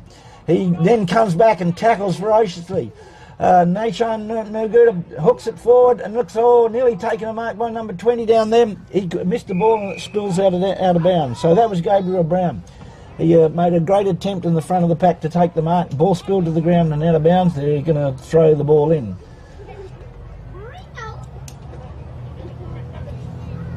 Ezekiel Green will be taking the ruck knock for the Central Kimberley. Ball comes off the fingertips, hits the ground. This is dangerous if Dickens gets anywhere near it. He has a bit of a fresh air. Picked up, has one bounce. He's trying now socket. Now he's tackled. He's gone. Great pressure. That was Farmer then who got the tackle. And that was Roseanne Thurkel, and he spots a beautiful pass to the pocket. Number 20 spills the ball, comes around, handballs intelligent side, ball hits the ground again.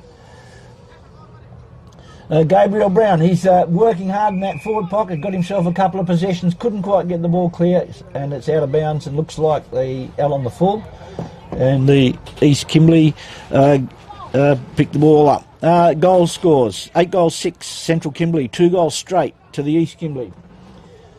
As the game's gone on, the Central running boys seem to have started to wear down the East Kimberley boys. But good learning experience for the younger East Kimberley boys who are part of this program for the first time. As I was saying to listeners earlier, the East Kimberley last year won this competition, and a number of their really strong players graduated out of this over to Claremont or to wherever it is. Good spoil and good spoil and chase put in there by the Central Kimberley by Lyndon Dickens. It was great, but the East Kimberley absorbed the pressure. Number 25 streams in towards goal, and I think he might have nailed that. No, he's pushed it to the left. It's still bouncing in front of that left-hand point post. Central Kimberley boys get the ball, casual bounce down that outer wing. Sees 2 players out there by themselves. Now the one of them picks up. I can't see who that is. He bangs the ball forward. The ball hits the deck. East Kimberley pick it up. He misses the handball. Invites the pressure from the Central Kimberley boys, and he gets the handball forward again. It's almost relentless out there. And there's a big clash of bodies. East Kimberley guy keeps his feet. Well played, and he pushes the ball out to that far boundary. Yeah, a couple of good forays there. Benny from East Kimberley got the ball forward. Gore as well. So just didn't hit the scoreboard, but good signs. The ball's thrown in. It spills to the side of the pack. Central Kimberley push it forward. He's well tackled. Great pressure by the East Kimberley. I think he's holding the ball. Yeah, good tackle. 14 minutes. We're at the 14-minute mark of the second half in this game, 8-6 to 2 goals straight. The winner of this game will have a chance to play in the finals. The ball's in dispute on the half-forward line for the East Kimberley. Chain of handballs. comes out. Central Kimberley pick it up, hook it back into the middle of the ground. Munda takes the mark in the middle ground, holds it up, looking up this side of the ground. Decides to go to Dequane Mick on the far side of the ground. He misses picking up the ball. Now picked up by Eastern's Central Kimberley boys everywhere. They're slotting each other up, and there it goes. A beautiful kick, and Ezekiel Green's been picked out about 25 metres from goal. Nice lead, beautiful pass that was given to him. I think that might have been by Akeem Brown or Willow Williams, one of those two that were passed the ball to him. And it's quite a congested forward line, but they're still finding their teammates, lowering their eyes. Yeah. Here he goes. Another helicopter one, but I think it just drifted off to the left. And a point. That'll disappoint Ezekiel. He would have liked to have kicked that and celebrated. He's a good celebrator. The fullback's looking, bringing it out to the Cable Beach side of the oval. Up they go. Big fly from Willow Williams. The ball's still in there. Number 8 gets shepherded off. Richard Yamalulu gets shepherded off, which allows the East Kimberley boys to pick out each other. That was number 5 was Harold Johnson gets the ball forward, but it's been cut off by Akeem Brown. He spots up Richard Yamalulu. Richard handballs off back to Akeem, streams forward, sends the ball long. Brilliant. There was opportunity there for the Central Kimberley, but Munda decided not to contest that and let the East Kimberley boy take the mark in front, which was good defence. The ball comes out here. Len Marty tracking the ball towards the boundary line. I think it's going to be a lasso, and I'd imagine Deontay Wangaden. He'll take the kick. He centres the ball. It's over the top to Munda, who gets it. He's going to have a ping on this right foot, but it's skewed off to the right and out of bounds on the full. They've pushed Munda up into the forward line to add a bit of height up there, and swap with Rahia Williams in the centre, and that becomes a bit of a problem because we saw yesterday what Kenyon Munda can do if the ball's in the air. Very much so, and he's like a midfielder when the ball's once he's done his ruck duties, he's good below his knees. So exciting. Yeah. Yeah, he and Henrik Skinner have been the tall men that have provided targets. Now the ball's in dispute from the kick out.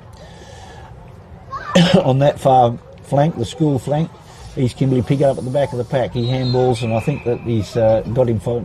the tackle's lingered, and he's been given the free kick for holding the man. He's having a look around. There's not much movement up ahead. There's about 2.5 minutes to go, and some of the boys I think are starting to get tired. Maybe the Central boys are starting to think about they might have a next game. Anyway, they're still pounding the ball forward, and that's pushed forward again by Barber. Big kick, intercepted by the East Kimberley. About 35 metres from goal, the ball spills to the ground. The big pack there, they've got the numbers there. He's having a look on his left foot. He went about Lennox Barber. He loves to have a bounce. He picked it up out of bounds, but unfortunately the bloke was hanging on him. He got hold of the ball. Good tackle. He pumps the ball forward to the middle of the ground. A really good mark, strong mark in the centre of the ground by Bruce Gore. He's looking down the ground. There's still, again, not a lot of movement. He's asking people to read towards him. He does see, runs around the man of the mark, kicks the ball forward, nice kick, picked out his player, number 2, which is Aidan Gallagher, who brings it forward. Now they've got a bit of system in their play, and this is how they got goals in the later in that first half. Carl Rex has decided he's going to steady things down. He's going to take a shot. He'd be about, again, 35 metres out on about a 45-degree angle. The Central Kimberley backline has been pretty solid today. They've been able to hold Carl, who's a noted goal kicker, but not necessarily his fault that he hasn't been able to kick the goals. He really hasn't had the good supply coming in that he would expect. Now, he also has pushed the ball out to the right-hand side. He'll be disappointed himself in that kick. Now, we're just about to reset for the kick out.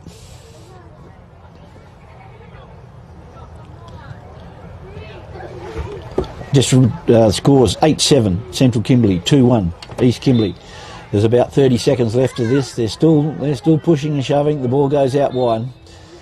It's picked up by, I think that's Len Marty out there who's got the ball. He's having a look inboard. He's slowed things down. He's got a trusty left foot, and he's picked out these Kimberley boys. Picks it up and unselfishly passes off to the middle of the ground. That was good play. Carl Rex, Old River Magpies, and been in the state footy programs, state representative, so can play the game. And Harold Johnson was the recipient of that lovely unselfish pass. Harold's lining up from about 45 metres out, almost directly in front. And right on the siren. And I think he's nailed it. That'll be a bit of a consolation if he's done it. Yeah, yep. He's nailed it. Good on you, Harold. That's a kick after the siren. Well done to the East Kimberley boys. They've found the carnival a bit of a challenge this year, a bit like the Central boys did last year, but they can be they can take heart from the fact that if the Central Kimberley boys play in the grand final this year, it's not difficult to go from one season to the next and jump up. I think Wayne Paul, who's our East Kimberley man, will be doing a bit of homework over the next 6 months to get his boys back in and going again. The East Kimberley have had an interrupted season to a certain extent with the division of the South East Kimberley and the East Kimberley into two competitions. The East Kimberley used to be able to draw from that Horse Creek and Desert area, but now can't do so. So a good carnival for them. That's it over for them for the carnival. So well done to all the East Kimberley boys, and they did their region up around Kununurra and Warm and Wyndham proud. But they're going to be having a rest, and they're going to be watching whoever it is that's going to be playing in the grand final.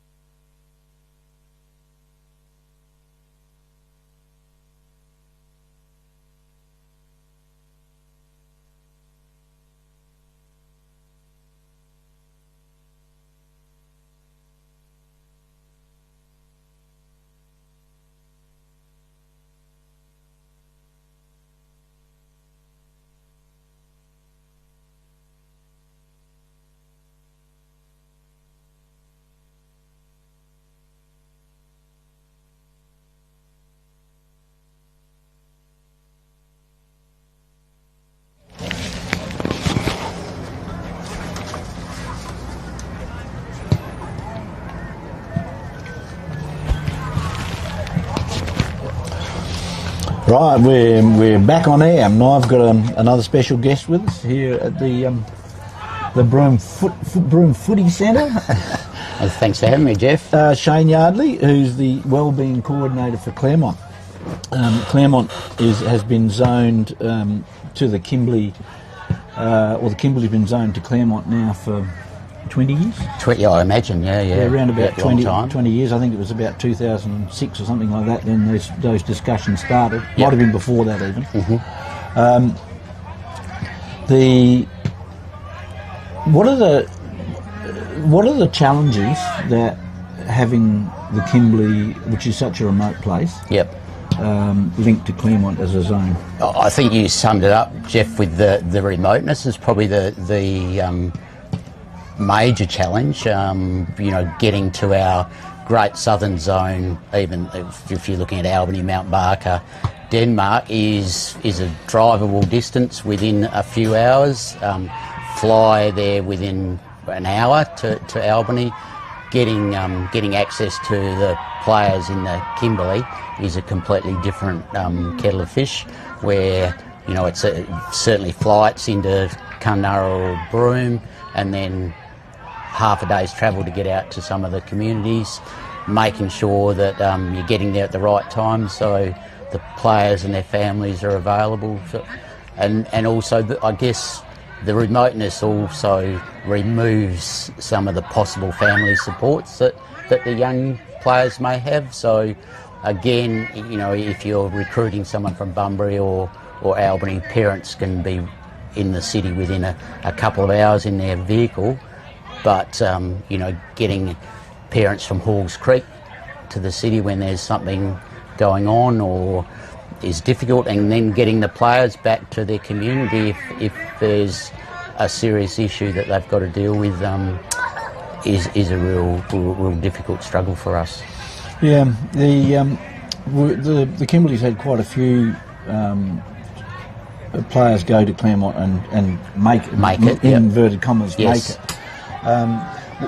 Is there a certain sort of kid that survives in that environment, or is it purely the amount of effort that's put in by others to make it work? I think it's a mix of things. I think that the football club Claremont as such, and even the Kimberley football region, can identify some talented youngsters, but if they come to Perth without a full understanding of what the requirements are, getting to training, probably having a job or studying outside of football, if they've under the impression that it's like going to an AFL club, it's going to be a full-time gig, there's going to be a lot of financial support, I think sometimes they will struggle with that.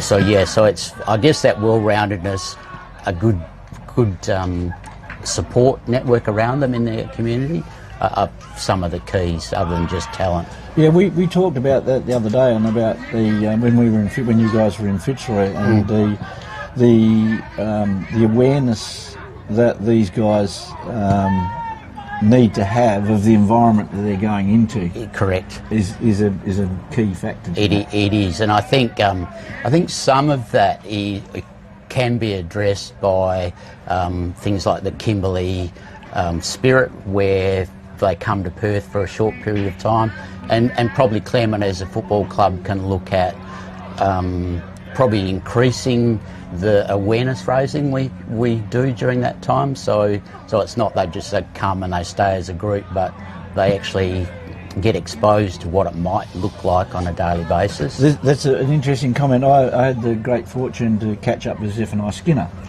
from Nookenbar, who went to the Western Bulldogs. Yes. And I asked him the question at the end of that interview about what was the thing that most probably stuck in his mind most about the Bulldogs that was underpinning the desire to go home, and his answer was, they didn't know where I came from. Okay. They knew where it was. Yeah. But the Nook and Bar community where it was, the majority of the people involved in that AFL club had no idea about how the environment works there. Yes, yeah. And what the situation is in that community. And I thought that was a really pertinent comment because, and I'd imagine it's not vastly different for the waffle clubs country zones as well. No, exactly. I would think you would you look at a lot of the players probably even that play at Claremont that don't come from the Kimberley haven't got a very good understanding of what the Kimberley's like, you know. And even if they have, like for a couple of years ago, we played East Fremantle up here in a league waffle fixture, but the players fly into Broome, stay in a hotel, play the football and then fly out of Broome. They don't go to any of the remote communities to have a look at what the conditions are like there, how, you know, some of the players play on gravel ovals and what that might mean to them. So yeah, I think that's a significant thing, and I think us increasing the awareness of people about the fantastic things that are happening in places like Fitzroy, with what I've heard, you know, 100 young players turning up on a Wednesday night to play football, giving them something to do. I think that message is something that we can sell better as a club possibly, and also then that increases everyone's awareness of where some of these young men are coming from and women are coming from. I quite often hear criticism of Claremont, and that you know, we haven't seen them, or you know, but it must be financially very difficult for Claremont to be able to service a zone like the Kimberley. Oh, you know, significantly expensive. Just for example, coming up for this weekend, by the time, particularly at a start of the high season, trying to find accommodation, flights for just Lockie Davis, the talent manager, and myself for a couple of days, you know, accommodation, then you've got to hire a vehicle, and that's just to stay in Broome, and then, you know, come Tuesday we'll fly to drive to Derby and run some clinics there. So yeah, the financial costs around getting people from the footy club to the regional areas is significant. This brings me to Gandra, who are the organisers of this event, and there's been a relationship between Gandra and Claremont and the Footy Commission over a number of years, and Gandra's, I won't say fallen out of favour, but have most probably struggled to fulfil the needs that perhaps the Claremonts and the Fremantles and the Commission sort of require of a local organisation. Is that a right summation, that you guys need these sort of regional organisations that have networks locally and have the local expertise? I don't think it's possible to service a regional zone without those people on the ground, and the knowledge they have of the local players, their families, the communities is second to none, and realistically you rely so much on that information. And I guess a good example for us would be a young person that's had maybe lost someone in their family. Getting that information from people on the ground is so important in how we support that player who's in the city, and even if we're looking at bringing a player to the Perth, having some information around their family history, what that's like, and what some of those extra challenges might be for those young players. I know back in the sort of the early 2000s, and we had the Claremont or Gandra House, Kimberley House, I think it actually was called Kimberley House to start with. That model of supporting players coming from here going down there, it seemed to work fairly well for a while, but then it fell away. Is that something you think that can be reintroduced, or should be introduced to assist that connection piece? I think that model, when it's set up well and properly, I think as it was probably initially in the early years, is a significant bonus and a positive to attracting those young people down. Because when I've had conversations with some of the young boys we're looking at, or who would like to come down at the moment, the first stumbling block is, where are they going to live? And if we've got access, and I guess similar other waffle clubs, if they've got access to accommodation that you can put up even for a short period of time while they get their feet, or they decide if Perth's the place for them, then that makes a significant difference. So I guess, yes, the Claremont Kimberley House model would be such an advantage for, I guess, all the waffle clubs. So if we're looking at East Fremantle recruiting from Geraldton, Swan Districts from the Pilbara, probably not quite as much the Great Southern, or even then though, you know, there are some significant challenges if they haven't got families. So I think that concept it would be a huge bonus for us. Cool. Getting on to the players from the Kimberley that are now at Claremont. Yes. You told me there were 5 of those boys. So five boys played Colts 3 weeks ago against Perth, evening fixture, and that's a significant, I guess, victory for us. Is that what's the squad? 25. So the players that play each week's 23. So we play 23 each week. More than 25% of the squad. Yeah. So it's a good number of players, and some of those players, this is their first year down. One of them has been down for a couple of years. So it's, a real bonus. We have got some 2 players, I think only 2 just from memory, playing in our development, so our senior squad, so Kimberley boys. So if you look at that you know, that's a significant number of players. One of the young boys that played Colts against Perth 3 weeks ago played a game yesterday in the development team so the next level up really. So that's a significant bonus for us, having that number of kids playing. Shane, it's been a pleasure talking to you, and thank you for giving us that information from Claremont. I think the people who are listening to this who are interested in Kimberley boys playing outside of the Kimberley now know a bit more. Fantastic. And my pleasure. Thanks, mate. Thank you, Jeff. It's my pleasure. Cheers. Thank mate. you. Beautiful. Thank you.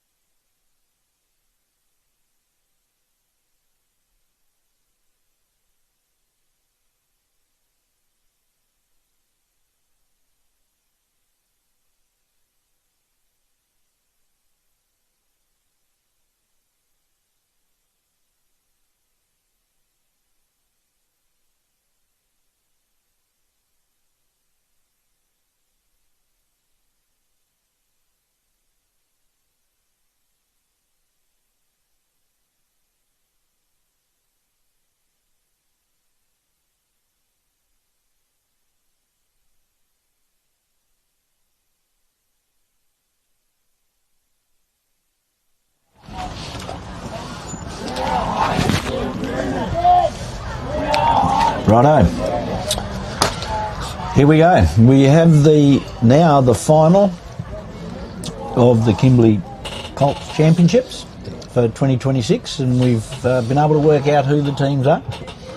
Sitting on our left, we have the West Kimberley Football League, who had a massive win in their first game, which put their percentage, I think, at the top of the table.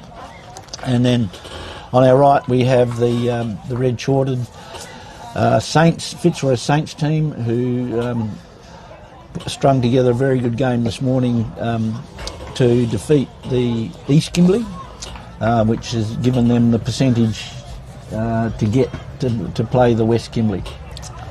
As the West Kimberley coaching staff walk past the broadcast area, broadcast wing, we've got Mick Burton there, coaches the Saints in the Colts comp in the West Kimberley Juniors, and Adam Gadecki, he's gone from Auskick coordinator to assistant coach in the Colts. That's now, I don't know if that's fast tracking or... That's fast tracking. We spoke to him this morning. Identifying talent? Yeah, we spoke to him this morning, and he said that he had graduated up the system. Excellent. And then who have you got for the Central Kimberley coaches? We've got, on the right there, we've got Orlando Thurkel, who's one of the boys who played in this last year. He's one of the runners. We've got Rick Kennedy, who we've mentioned a few times on air. We've got Anthony Collard, who's standing out the back, who's come on just recently, and we've got Mr. Button from Nookanbar, who won the fairest and best, the Davies medal last year. He's the quiet achiever in that lot, and he's links in with all those boys, and particularly those the Nookanbar boys, who he coaches in. He's put his hand up to coach them this year, so he's got a good understanding of how they work. Excellent. And then in the umpires, we've got umpire Andy Henshaw, Wayne Paul, Ainsley Jack. As centrals, yeah. As centrals. Not sure about one of the goals. Good to see the young kids getting involved in this as well. Yeah, the juniors have got in Broome have got a really good junior umpiring program, and a lot of them play footy and umpire as well. The toss has been made, and it looks like the West Kimberley are kicking to the town end of the ground, or the airport end. Saints are going to the town beach end of the oval. The interchange bench jogging off or sprinting off here. The boys in the West Kimberley are still in a tight huddle. They I think be stung by their loss to the South East Kimberley this morning. Yep. Speaking to the South East Kimberley boys, they were very disappointed they didn't make it. But I'm personally, as a Central Kimberley man, I'm quite happy they didn't make it, because I think that they might have, the way they played this morning, they might have taken up to our boys and given them a bit of their own medicine. Yes, so everybody has a time to shine. And also, just before we get underway, shout out to Gundua, the Kimberley Spirit Football Program, Casey, her crew, Amanda and her team. Brilliant. Done a great job putting on this huge spectacle and a great extravaganza of youth footy across the Kimberley. We've got Ainsley Jack, who's the umpire from the Central Kimberley League, about to hold the ball up for the beginning of the game. Up they go. Munda takes full possession out of the ruck and goes again second. It feeds the ball forward.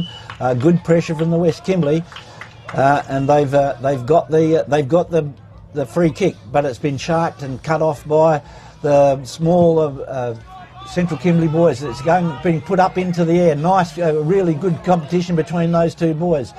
The West Kimberley and East Kimberley boys, the ball falls to the ground. There's good numbers around the outside of this pack. It doesn't quite get to the outside. It's still bobbling around.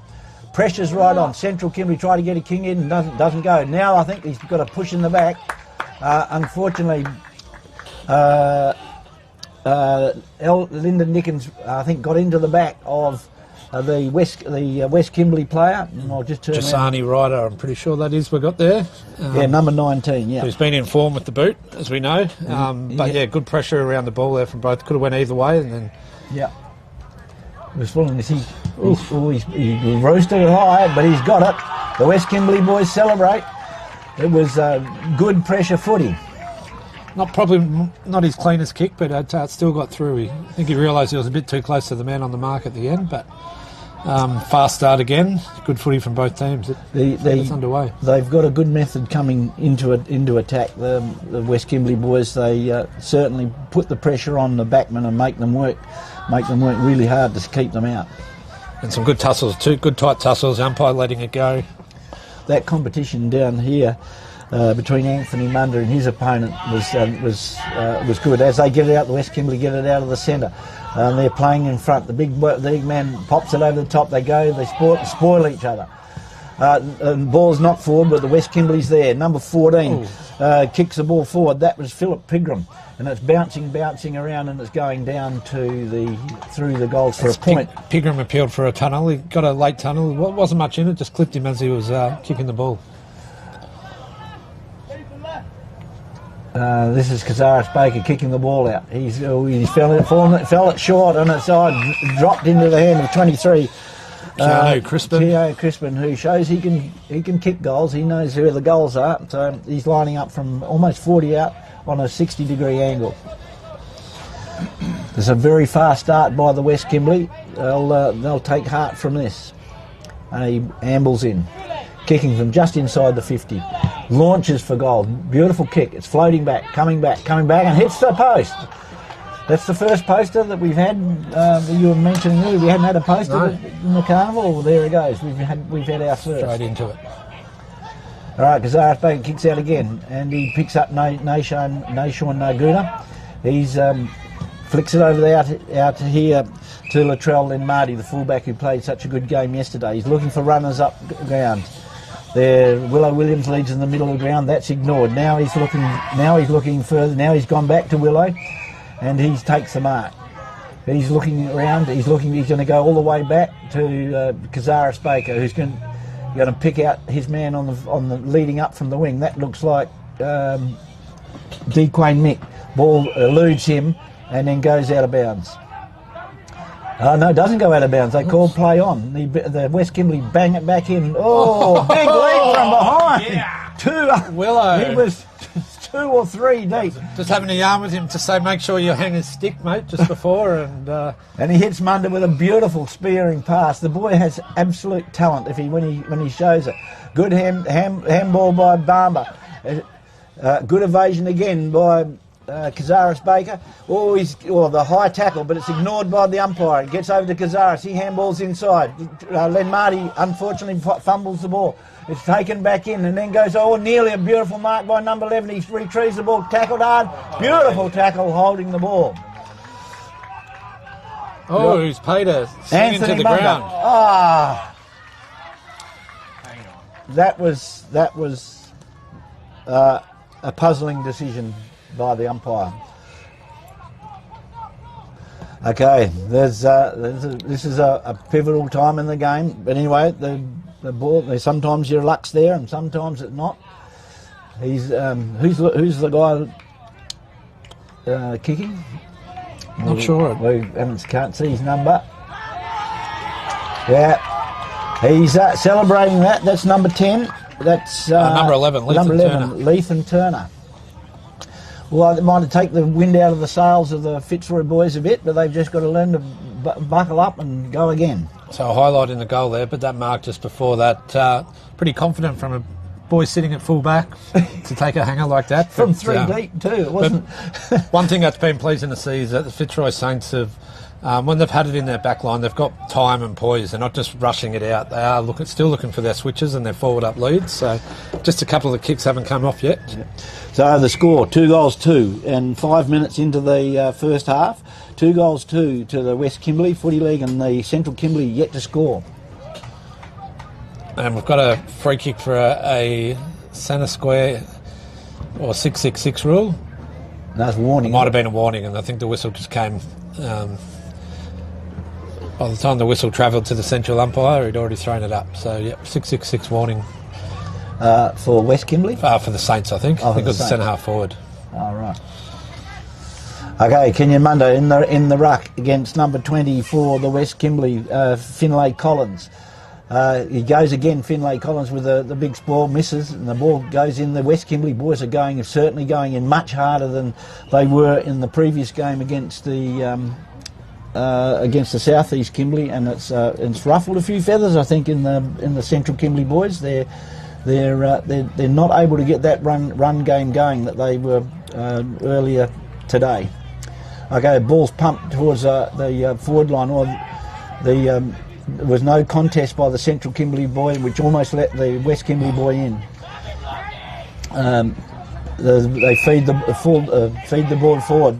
That was Nashon Naguda, and then it came out to Castro Bilgen, and now we've got Barber from the Central Kimberley. He puts it out onto the wing. It's near the boundary line. He gets pushed over, and it's out of bounds on that wing.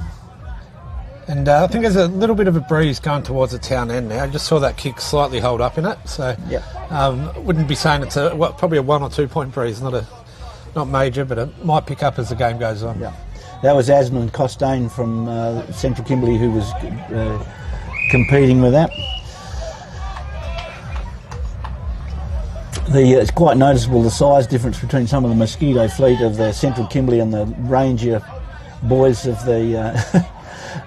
As number 3 for the Central Kimberley is putting it on with number 20. He's about 7-8 inches taller than him.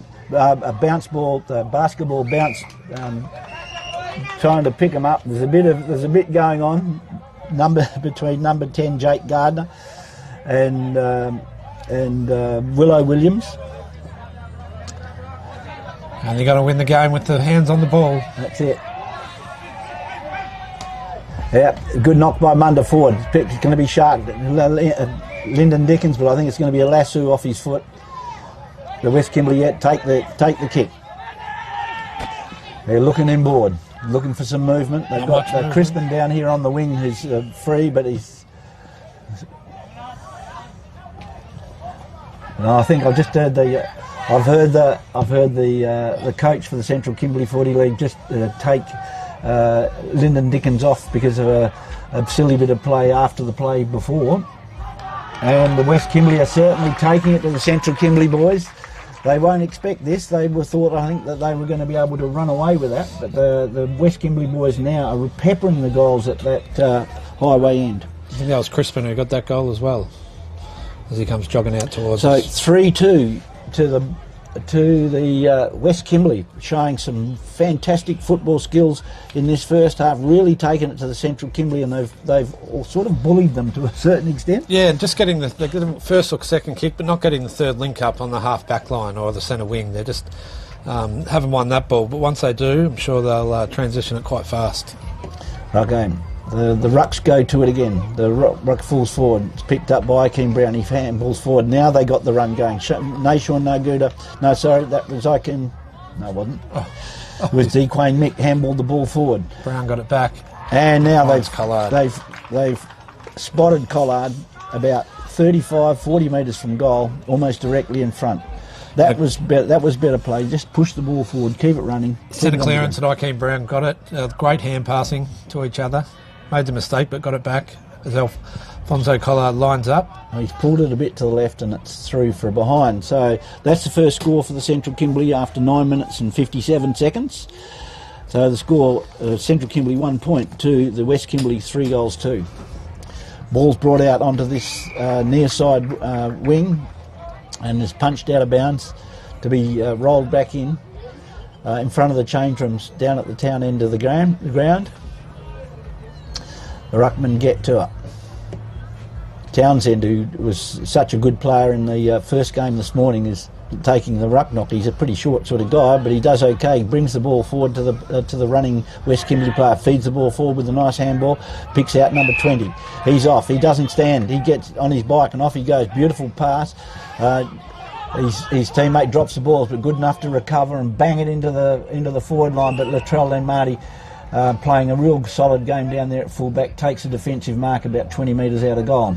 He's looking for movement. The Central Kimberley boys are not moving that quick at the moment. They need to get going. Well, there's a big leap by Dequane Mick, a bit unrealistic, and was maybe lucky to get away with it. West Kimberley boy picks up the ball And as Dequane did a few times yesterday, he comes back and tackles, and the ball is found holding the ball. He handballs off to Latrell Lamarty, good running play, and he spots a player on the wing, picks him out. Genghis Khan feeds the ball back to Latrell. He's decided to take matters into his own hand. The ball falls to the West Kimberley in the front of the pack. Handball forward again. The Central Kimberley's there. Handball's inboard again. Bedford tries to get the ball away. He's must be lucky not to be holding the ball, but the second tackle by the West Kimberley sticks, and they get up. Good pressure by the West Kimberley on the Central boys. They're having to hurry for all of their kicks, not getting that chance to balance and hit their targets further up the ground. This is set for a big leap by number 6. Is it? No. Number 5, Willow Williams again. Yes, Willow Williams. His aerial capacity for pretty small guy is pretty good. He finds Dequane Mick, who then picks up the running machine in Akeem Brown, who looks into the forward pocket. The ball's picked up on the boundary, dummies in. This is Collard. He's looking for in-ground. He handballs the ball. It's taken by, and there's a little pop over the top. And unfortunately for the Central Kimberley, the West Kimberley is standing there. Great defence. 2 bounces. He's going to have a third. No, he lines up now, bangs it into the wing. Up they go. Number 20 from the Central Kimberley, from the West Kimberley is in front. The ball's beautifully sharked by the West Kimberley player, number 10. In Jake Gardner, the Central Kimberley looked they were just about to break out, and he broke across the front and was able to intercept that player. Kenyon Munder's working himself into the game, and the Saints will need that. Yeah. A bit of a cruel bounce. So this is Barber. He gets a bit of a high tackle, brushes, and then gets a second one, and he was lucky perhaps to the second one slipped high, because he certainly would have been holding them. He was right. He pointed about the man who was standing right next to him, and so number 3, great tackle, and that was a fantastic tackle. We've had a few rubs on the head, so umpires haven't picked them up for dissent at the moment, but it's got to stop worry about the opposition, both teams here. And that's Castro Belgian, there's number 3. That was a great tackle, wasn't rewarded, but the rubbing on the head stuff needs to disappear. Great kick. Barber picks out Dequane Mick. Now some of their ball users are starting to get into it. The ball spills over the back. The West Kimberley seem to be in the best position. They pick up the ball. He breaks through one tackle. He sees his number 12 out on the wing. He picks out Lee Kersley. He looks further down. He sees Liam Unicom. He turns around, spots up out on this wing. Keanu Crispin, he also looking forward. They're still running forward. They spoil each other, and well hit forward by Lennox Barber. He goes forward and he picks out Willow Williams on this wing. He's tempted to play on, doesn't go back far from the man on the mark, and he's great hands over the top. That was Belgian again, who fed the handball out. The ball spills over the back. The Central Kimberley boys are struggling up forward if it's across just between the edge of the front end of the square and that front, the inside the forward 50 to get it deeper with a really good defence. Now Roseanne Thurkel gets the ball out, forwards it forward, but it's sharked by the West Kimberley boys, but I think that's going to be out of bounds on the full. Deontay Wangerden's going to be taking the kick in. He's looking around. There's no players loose. Good defence by the West Kimberley. They're tight. Opportunity now for the Central Kimberley if they can mark this in front of the pack, but it gets spoiled to the ground. The lighter Central Kimberley boys get pushed off the ball. It's banged wide. Read the ball beautifully there. And this, I think, is Williams again. He finds Akeem Brown. He's looking in the middle of the ground to switch the ball. He's done that. He goes out to number 8, which is Richard Yamalulu. He's looking for his teammates as well. He pops it over the top for Len Marty. He drops the ball, but turns onto that left foot. He gets tackled, which causes the ball to fall to the ground. The West Kimberley boy was excellent pressure. He picks it up, and now I think this is number 2, Klazik Bullen. And when he gets near the ball, it's dangerous. He pushes it. This is Klazik here. This is Klazik now. He sees the open goals, puts it on his right foot, and a classic piece of play. That was very, very good team football. Classic piece of play there by Classic Bullen. You're full Pass it to himself. But, you're full of these today. Who passed it to him in the first place? I think it might have been number 19 there, Jasani Ryder, I think. Yeah, but it was a beautiful piece of play, well linked up was. and very well finished off And by the West Kimberley. Crucial ball. It could have been won by anybody on the centre wing, but the West got the rub of the green there, which allowed the overlap. Central Kimberley were trying hard but weren't able to score in that. They dominated the play for about 5 minutes there, but unfortunately couldn't get the goal on the board. West Kimberley turn it over, scores 4-2 to the West Kimberley at the 16.5 minute mark to the Central Kimberley 1 point. So we've got somebody coming off with an injury from the West. Yeah, A bit of a corky or something. I think he might be. I think it's his shoulder that he seems to be. Anyway, there's been another call in the He just middle can't of throw the ground. ball up yet. Just got to wait for the umpire to let the change happen, but then he threw it in before the player. Oh! No, should be a ball up. Ball up. It's a ball up, Wayne. Yep. He's tired from his 1023rd game. Up he goes, chucks the ball in there, up they go. Williams it was, he flicks the ball out to the West Kimberley advantage. They're again fighting. Brilliant. Len Marty just pushed his player out of the road, bangs it forward. They're waiting for the ball, it bounces and well taken by number 27 from the West Kimberley, bangs it forward. But number 19 for the West Central Kimberley, Anthony Munda, intercepts that, and I think he got a high tackle. Yep. Great kick by Edwin Peters there from the West, but the backs of Central Kimberley, they're reading it like forwards at the moment. They're getting in front. He picks off the short pass and hits Richard Yamalulu. Richard's played a good game today. He's been influential across that half-back. He's looking for run. He might get it on the outside here if Barber turns around, but he hasn't turned around. But he's going to the opposite side of the ground. I think they'll be looking for DeQuain Mick and Ikeen to get the ball here. Fedra Ridley has one bounce, pushes it down the outer wing, but the kick seems to, I think, slide off the inside of his boot and it's gone out of bounds. Central Kimberley boys seem to have had a bit of steam taken out of their sails, and there's an unmanned lead coming forward. Lockie, is it? Yes. Launches a big one. Up they go at the back of the packs, the West Kimberley boys, but also accompanied there by Kazaris Baker, and they accompany the ball over the line. Kazaris Baker's played a really solid game back there. He sure has. He's been under the pump, but big contest here, one-on-ones. The two shortest blokes on the ground attempted that. Comes across the front of the pack. The Central Kimberley boys tackled. And I think he's going to get a high. The West Kimberley boys also tackled, and he's been given the advantage. Advantage is taken, and they've banged it through. So they need to 5 goals too. They're really exerting their authority on this game. The Central Kimberley boys need to get their run game going if they want to try and peg this back. And Jasani Ryder there getting on the board again. Had a great carnival. Central Kimberley, they're getting the ball forward, probably not as much as they'd like, and when they have, they just haven't quite got the ball through the big sticks. So centre clearance here is where they've got opportunity. With DeQuain Mick and Ikeen Brown in there, they're two of the best players of the carnival. So keep your eye on those little. There's a good learning lesson for the Central Kimberley boys here, how to play process footy as well, and how to try and absorb that pressure. Beautiful knockdown by the West Kimberley. It's banged into the back line. This is picked up by Zeke Green. He sends it, and it's picked now. Who's that? That's number 1. That's DeQuain Mick again. Gets it out.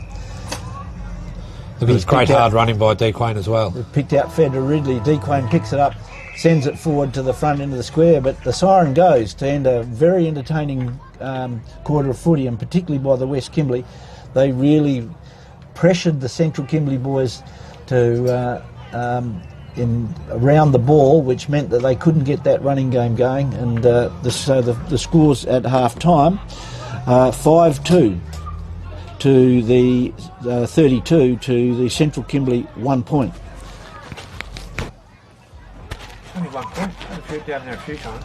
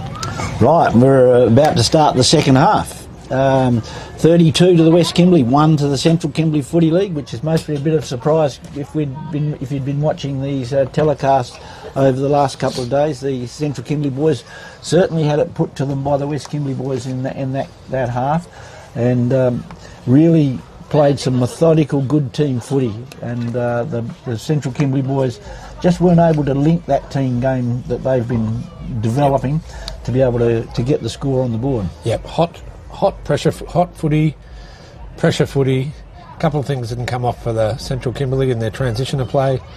Missed a couple of chances while the West took hold of theirs, but some of the Central Kimberley backliners have stood up well. So their midfielders got to chase them deep. Keno Crispin going up against Kenyon Munda. Kenyon Munda gets the ball down, but the West Kimberley shark it. The ball spills free and it's taken there by young Wade. He's an impressive player. He's a little left footer. He's playing on. He kicks over the man on the mark.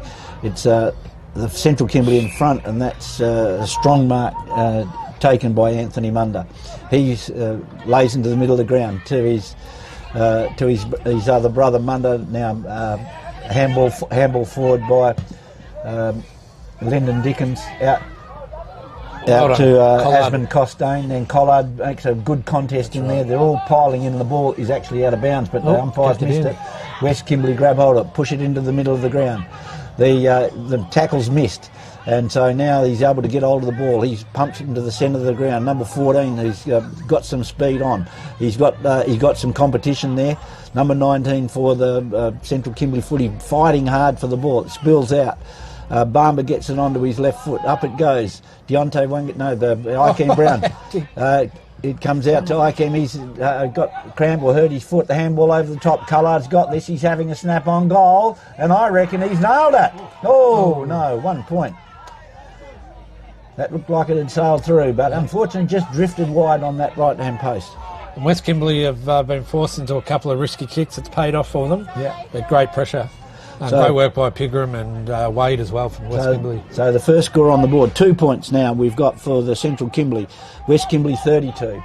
He runs out and takes his full measure, kicks it out. Number 6, Manny Corpus out here on the just inside the 50s, looking around.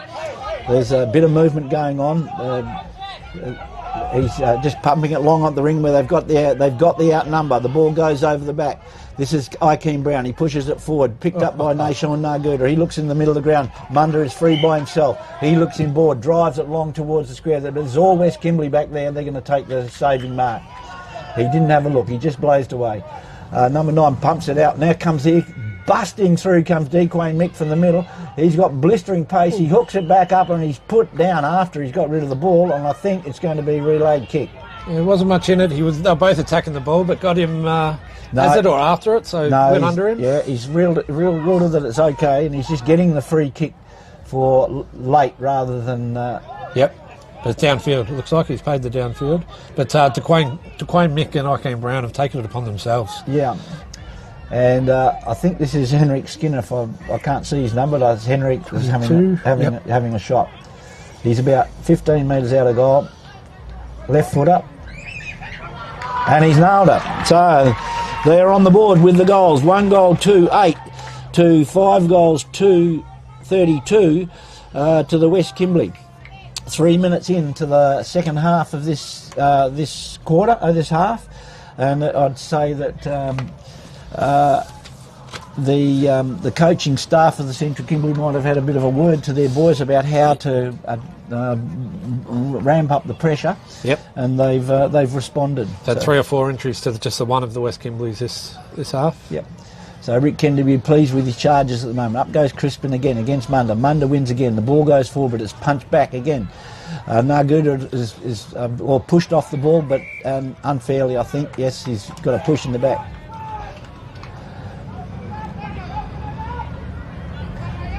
He's starting to really come into his own. He goes down there to Federilli, pushes off the player, runs towards centre forward. The ball goes over the back of the pack. West Kimberley bursts through from the back. Good play, scoops up the wall well below his feet, puts the ball on the left foot. But again, it's Ridley. Looks like he's going to pick up this ball. He's paddling along in front of him. Good pressure comes in from the West Kimberley there. The ball spills out. Up they go. Number 21 picks it up, flicks it over the top towards the Central Kimberley goals, but sitting at the back of the pack's the West Kimberley. Tackled, and I think he's going to be going over the shoulder. Good defence by the West Kimberley. Put his head down and really went for that ball, and he deserved that free kick. Okay, they're manning up over there, so he's pushing it out wide. There's a touch ball there, and it's balls on the ground. Two Central Kimberley to 1 West, but the West win forward with a beautiful forward handball. They've got the numbers out there. They're now chasing. He hits it long towards that forward pocket. There's a big lead out there. Len Mardy and the full forward are in pursuit of it. The ball comes out the back. West Kimberley's Central Kimberley best in position. West Kimberley push the ball forward again, then coming forward in numbers. Handball out into the middle of the ground. We're in the dangerous territory, but it's picked up by Central. Cool, calm. Cool, kick calm, there, and and they've got somebody on centre half forward. There he goes. Monday's going to take the mark. He's looking now. He's looking for runners. There are no runners coming past him, so he's ignored one lead from. Here it comes, and there it is. He's got it, but he could have had it 25 out if you saw him earlier. But nevertheless, they've still got it. This is Henrik Skinner. He's a very quiet lad, but he's certainly making his mark. He's calling people to pull in to lead for him. Now he's going to go for the lead. He's hit it, and he's hit Lanigan on the chest. Now this boy can kick. He's no slouch. He's standing. He's gone back to about the 50-metre mark, and he's kicking from about 35 metres, not far from being directly in front. He ambles in. Important kick for the Central Kimberley. Puts it up. It's floated off to the left for another point, so inaccuracy may be costing them. 1 goal 3 to 5 goals 2. 5 minutes and 40 seconds into the second half of this game. That was a Central though we've seen all carnival. There was lots of teamwork there, lots of looking up, lead up, so good to see that flow. As the West So that was Philip Pigram who has relayed the ball upfield. He finds his partner in crime on the wing. Mark's taken, he plays on quickly, wheels inboard, looks to find his player number 6 there. Oh, he could well have been done for running over the mark. Yeah, this is going to be 50. It's going to be 50. It was one of those ones where the guy takes a couple of steps and the guy on the mark just can't help but react. So they did a little dance around each other. Yeah. So Lyndon Dickens, who copped one of them earlier, has paid it back, unfortunately. I still reckon that movement off the mark, 50 metres is a harsh penalty, but not in this case, but generally in football. But that's what the AFL are promoting these days. So who have we got lining up? Numbers that? Might be Manny Corpus, is it? I can't tell. From that far, number 6? Yep. Yeah. Manny Corpus from Cable Beach. And he's popped it through. So the West Kimberley get that goal back. And Manny spent some time down at Claremont earlier in the year as well. It'll be interesting to see if the Fitzroy boys fold now that they've had that answering goal, or whether they can come back and keep the pressure up that they were doing for the first 5 minutes of this quarter. So it's 1 goal 3 to the Central Kimberley 9. 6 goals 2, 38 to the West Kimberley. The ball's back in the centre with umpire Ainsley Jack. The centre clearance here will be key. He's the outcome of the game. Crispin and Skinner and Mundo will go at it again. This time Crispin wins the knock forward, but shark by the Central Kimberley. That was Nashon Good by the looks at, and he's picked out Federer Ridley on that flank. He's got control of it. He now looks inboard. Long kick into the pocket. Up they go. There's a flyer. Doesn't quite mark the ball. Great tackle, but he'll be able to break it. Now the West Kimberley got the sun in his eyes, but shields his eyes from the sun. Takes a good steadying mark on that back flank. He sees a player unmarked at the school side of the ground. That ball's going up that side as smoothly as the West Kimberley pick it up. He runs around the man on the mark, has 1 bounce. The man on the mark stood and watched him, and he has a 2nd bounce. That was a bit slack by the Central Kimberley. They need to put pressure on the ball carrier, and so consequently the ball gets up to the 50 of the West Kimberley. There's tackles put on, and I think it's going to be called a ball up. Oh no, he's called holding the ball. That was a bit unfortunate. He didn't have much chance to get rid of that, but good tackle by the Central Kimberley.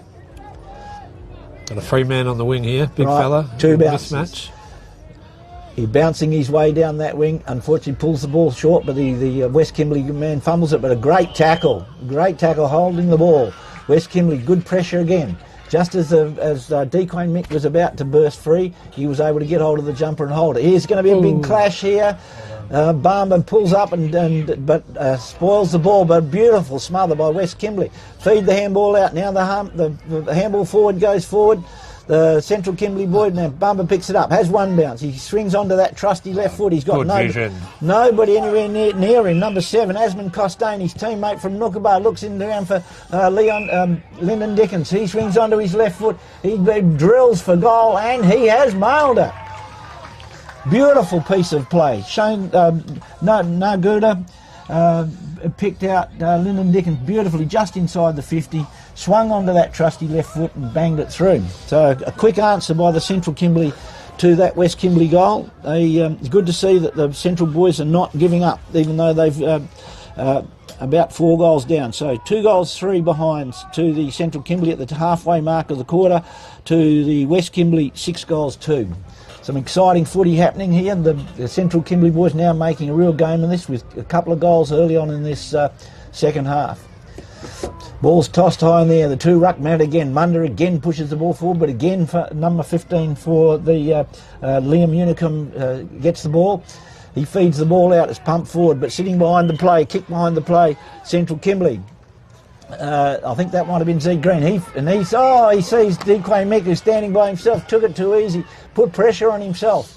He sends the ball out, the high flyer goes down there, the ball bends over the back of the pack. Central Kimberley pick it up, handballs go around, handball forward again goes, the pressure is right on the West Kimberley boys, the ball's up in the air, up they go for the mark. Lyndon Dickens goes again, hits the ground, handballs over the top, but it gets to the West Kimberley. He sees his player, Townsend, sitting at centre half back, good defensive, now there's some defensive run out of the back. Number 9 is Riley Oldfield. He passes the middle into number 15, Liam Unicom, who's had a good game. He's holding steadying the play down. Now he's directing it. He's had a bounce. He's been putting pressure on and he gets pushed down. A silly play after that. He's given them the thing down the ground. That was number 4. That was Lennox Barber.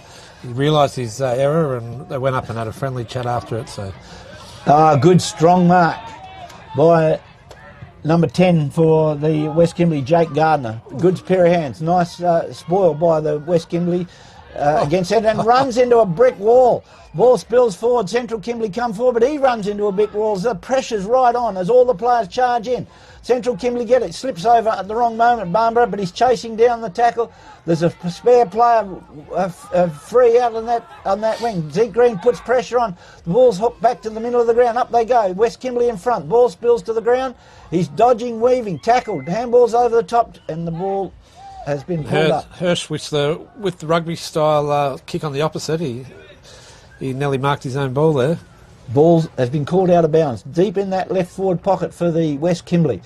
Impressive passage of play there. Munda gets up, taps the ball.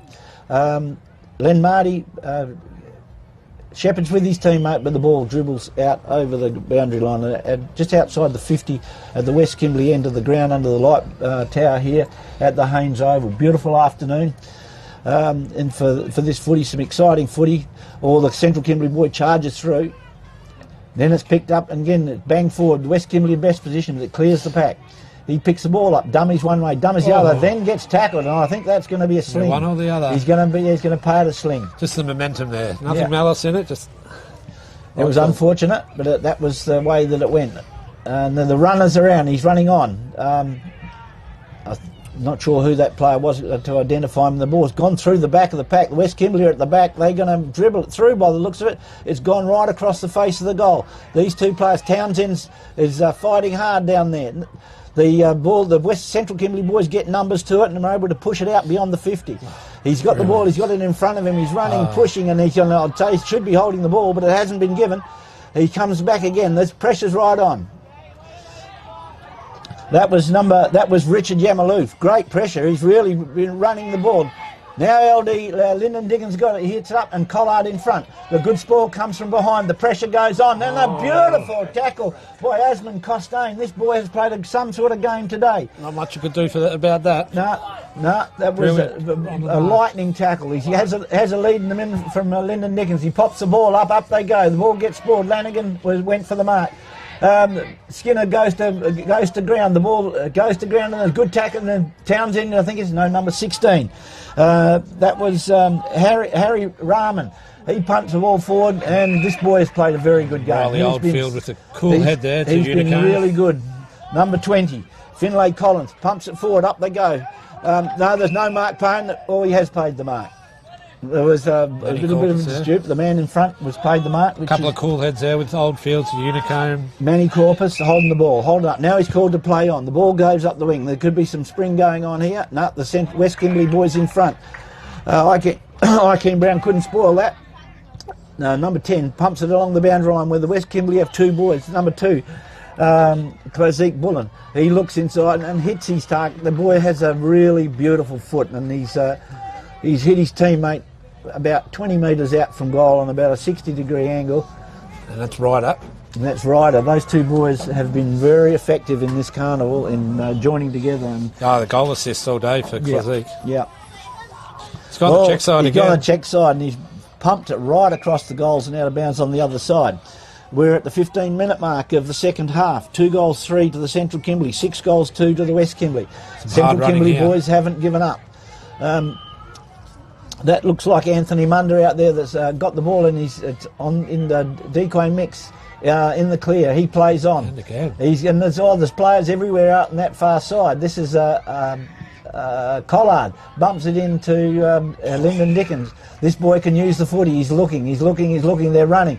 Out here we've got Willow Williams going out there, and I say that's where it's going. He dropped the mark. It's hawked over his head by Munder. The ball's knocked towards the pocket. Out come the West Kimberley. This boy's... I think there's been a hold. No, it's been pay advantage. Number 20, the ball bounces forward. He bounces, and he's going to be out tackled, but he gets his kick in quick. Up they go, and it looks like Fedra Ridley. He's played some sort of game in this second half of this. He sees somebody in the middle of the ground. That's Roseanne Thurkel. He's done well, but unfortunately the ball's cut off. There's 3-1 there. They should win this.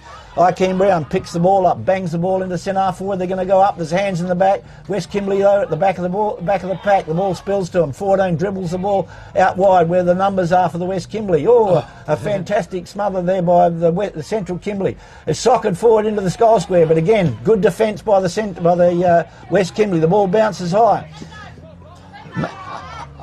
Nashawn Naga weaves and ducks. He puts it in, and Collard's in front. The ball gets balled to the ground.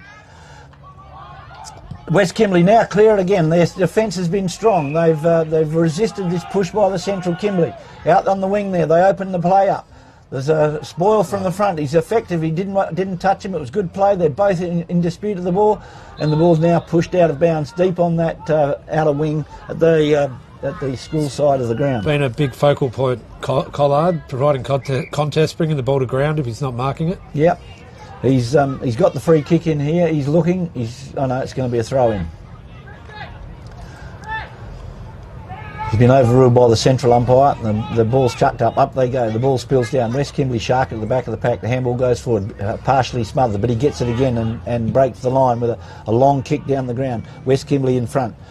The ball's spoiled. He grabs the ball. He's tackled. He has one bounce. He's going to have a second, and I reckon he's going to have a third. He's being chased. He's going to get chased down. Whoops, the pressure's on. He's now having to handball in field. That was great pressure coming from behind. That chase down from, I think that was from Barmba. That was a fantastic piece of play. Bit inspirational. Hopefully the boys will pick it up. The West Kimberley boy picks it up, and he's tackled strongly. But I think it's going to be a ball up. Wasn't the highlight we're expecting, but still nonetheless a highlight, wasn't it? It was a superb chase down. He's pulled a free kick out of that.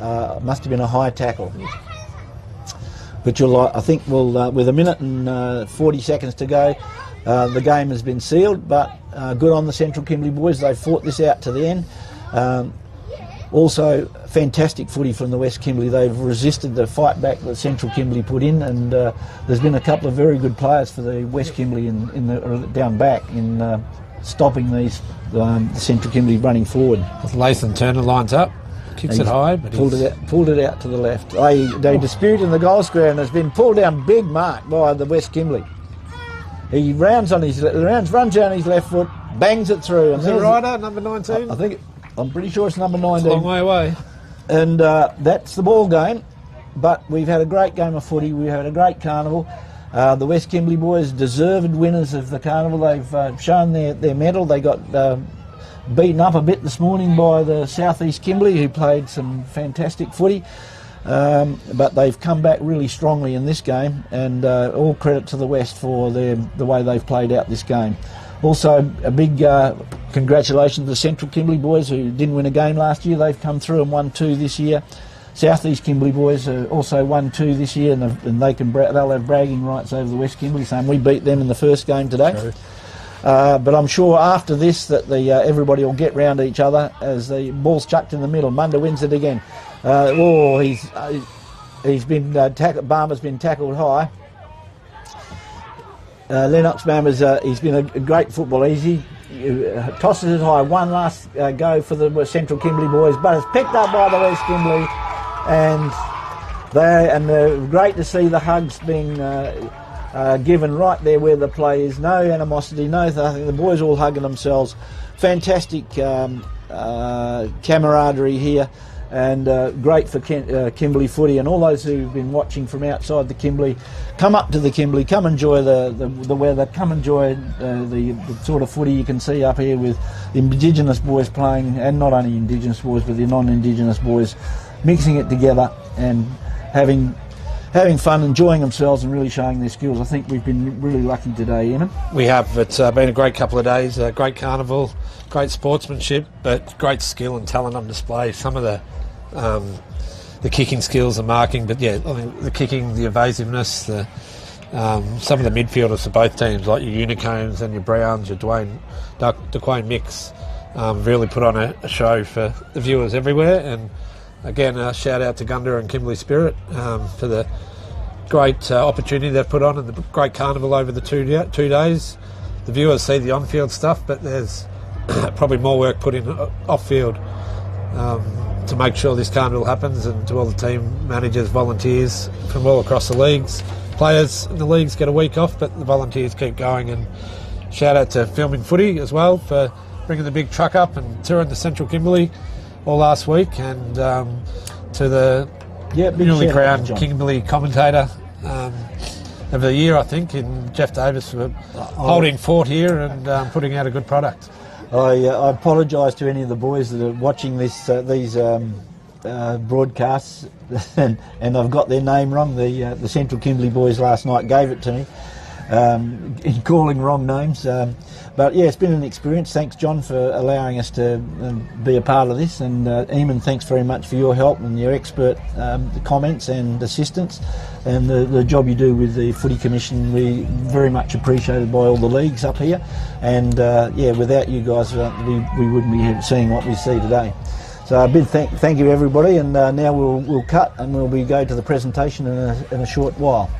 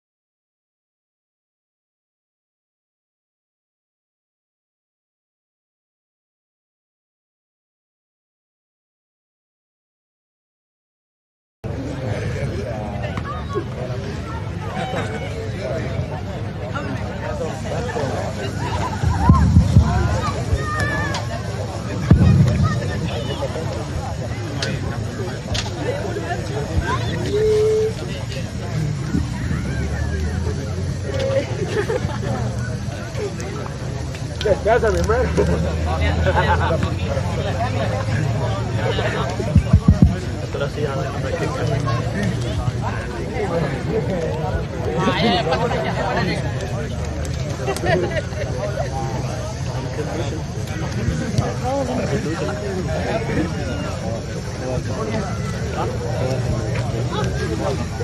right. Apparently I'm kicking us off, but just really, before I throw to Case, well done to everyone for the weekend. It was truly fantastic to watch as a spectator and a selector, if you will. Yeah, just a quick, massive thank you to Gandua, all the clubs, regions, players, coaches, etc. So if we can give them a warm round of applause, that would be fantastic. I'll throw to Case to celebrate some players who excelled over the course of the weekend and yeah, celebrate the competition winner. Thank you. Alrighty, thank you everyone for coming round. Really appreciate it. So, everyone, what an incredible weekend of footy that it has been.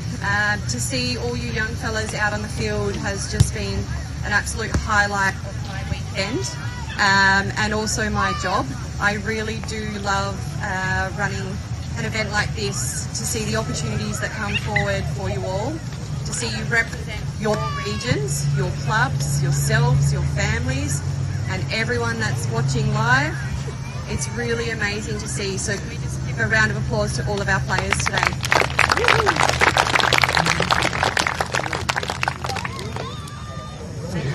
From that, we've also got amazing people like our coaches, our team managers, our water runners, our trainers, all of the people behind the scenes for each team to actually get here. A massive round of applause to you guys. Thank you.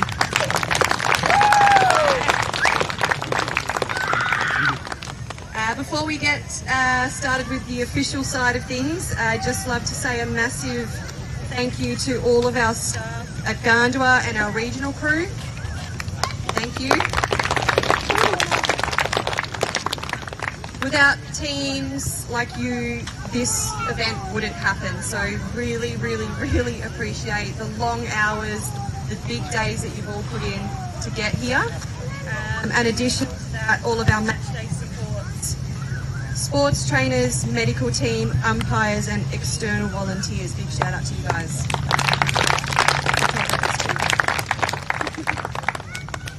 Filming footy, appreciate you coming down, reaching out. It's amazing to get our boys on the big screens across, I'm hoping, the whole of Australia. There's so much talent in the Kimberley, and I think it's really important that we document and put it out there. So well done. Thank you, John. Thanks.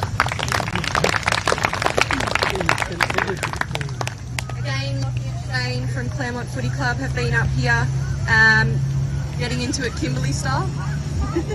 It's been amazing to have you here, and we really appreciate the support that you provide us. Thank you. All of our food vendors, a massive shout out to Sue and Ronaldo over there in the team. A massive shout out to Sam Fly Circus.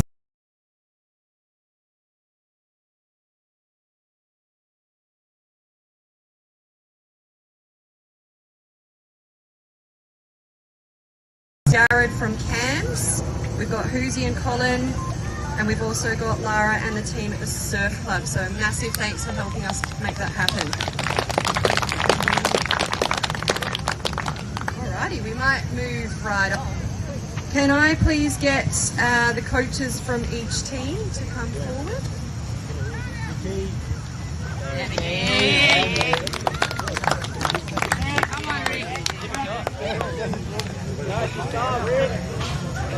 Come on, get him up, Rick!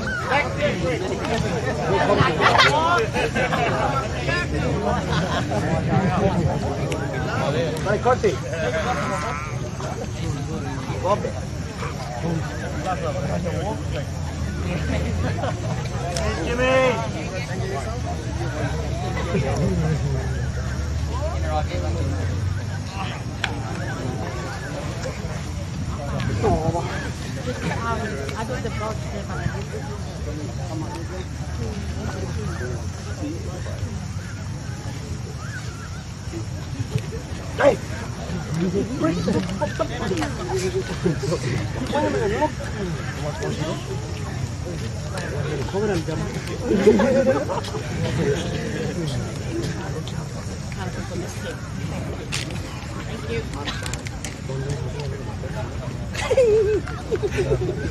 We're ready to go.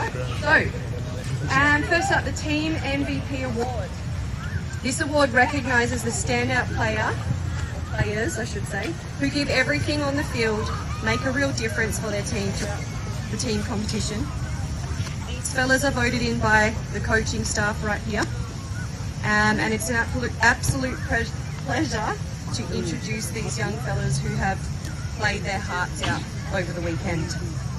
So first up, we'll go with West Kimberley.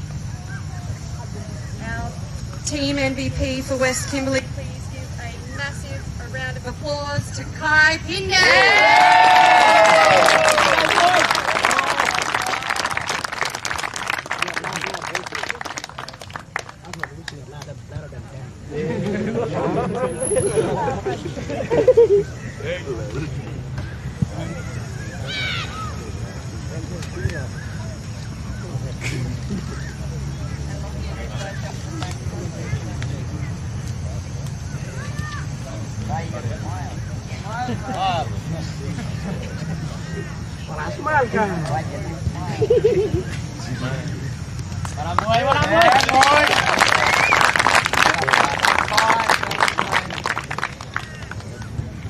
We'll go Central Kimberley Football Basketball League up next, and we've got our coaches here ready to go.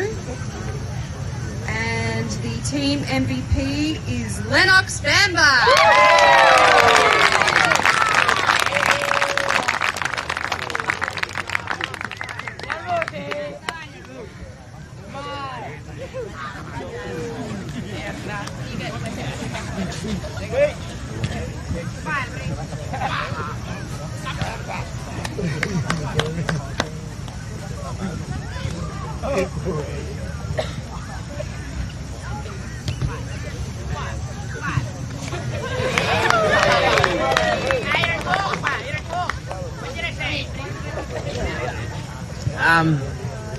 Well, good work, mate. I've watched this young boy develop over the last 3 years.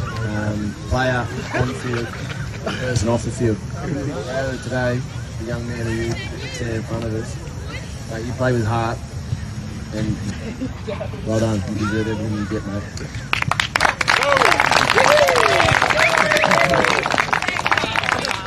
You can't always go through a lip.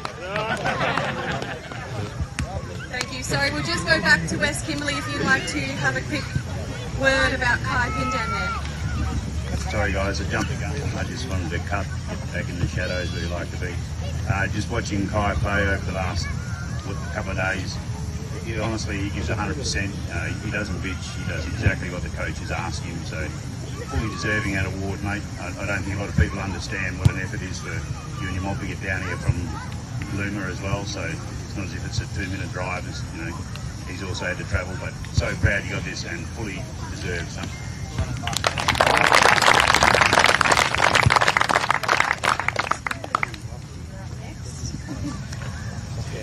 This one is a tricky one. Lockie, have you got 2 jumpers, mate? Southeast Kimberley, you guys, you've really come out of the gates running today, and it's been absolutely amazing to watch you evolve over the last 6 months in the southeast there. We need to grab 2 jumpers, which means I have further jobs after this event to go get another medal. We've got a tie. So, in no particular order, please give us a massive round of applause for Andy Bedford and John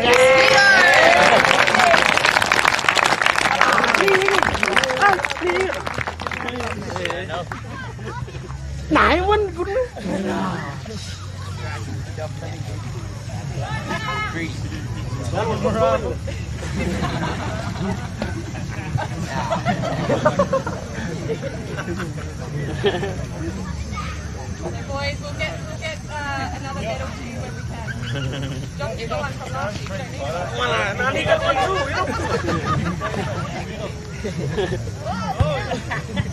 Smile, John. Smile now. Smile, Stiggy. Smile.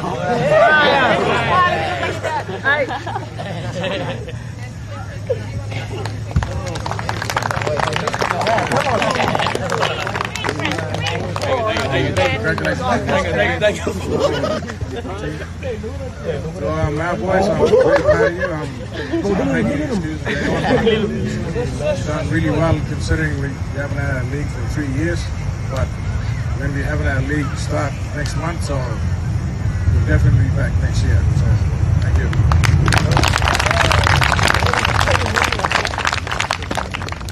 Amazing, and we've got our East Kimberley. Are we ready?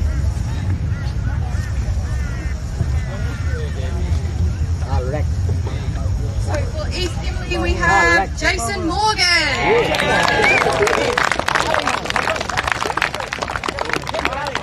Jason Derulo.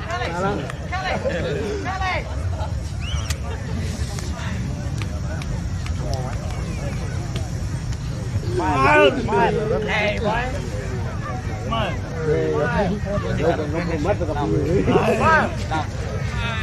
Hey, what? Speak. Speak. Firstly, congratulations, West Kimberley. Well done on the carnival. Yeah, Jason's a good young kid, got a bright future. Hopefully he gets out of Wyndham and takes his time out elsewhere. He's a coachable kid, and he definitely has the talent to go take his footy further. And a lot of you young people do that over the whole carnival, so chase your dreams and stick to it.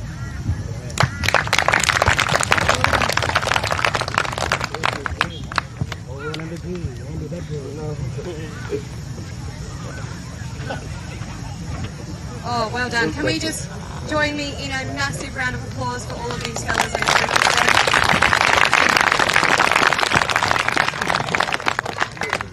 All right, we're moving on to the overall MVP for the Kimberley Colts Championships 2026.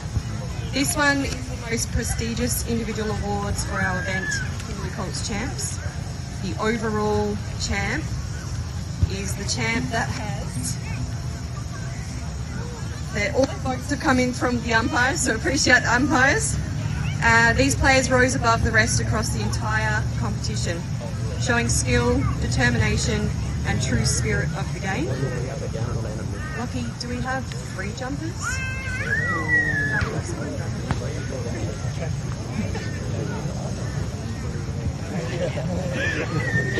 Ladies and gents, we have a 3-way tie for our overall MVP of the Kimberley Colts Champs. In no particular order, we've got Kai Pindan, Dwayne Nick, and John Mosquito.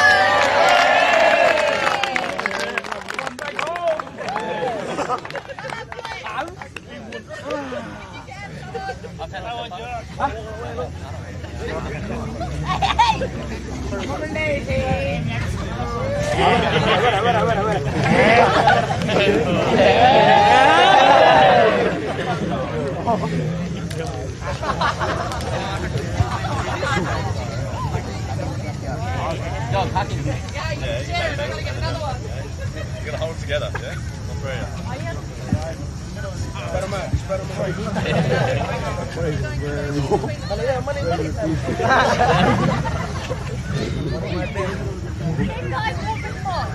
Put your face in the middle.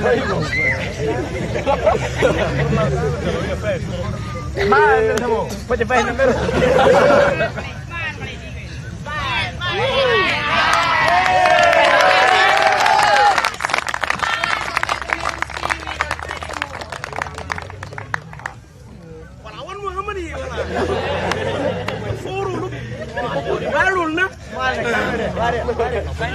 Just appreciate everyone's attentiveness after what's been a big weekend. Want to take a moment to shout out Casey Hanlon.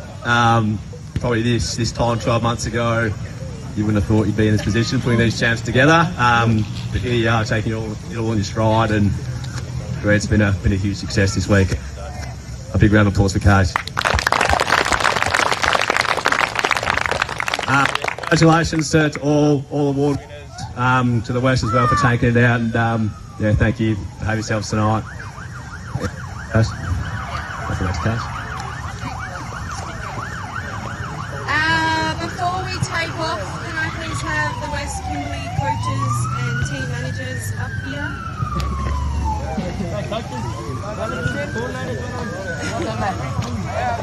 Can we just give a massive round of applause for Winnie coaches?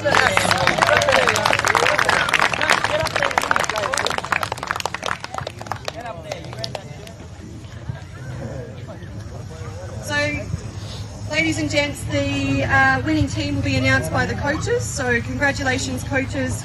You've shown a tremendous heart, teamwork, commitment throughout this competition in your own roles, making sure these fellas do the right thing and play their hearts out. So another round of applause, please. I'm going to leave the calling of the players up to Adam Gadecki.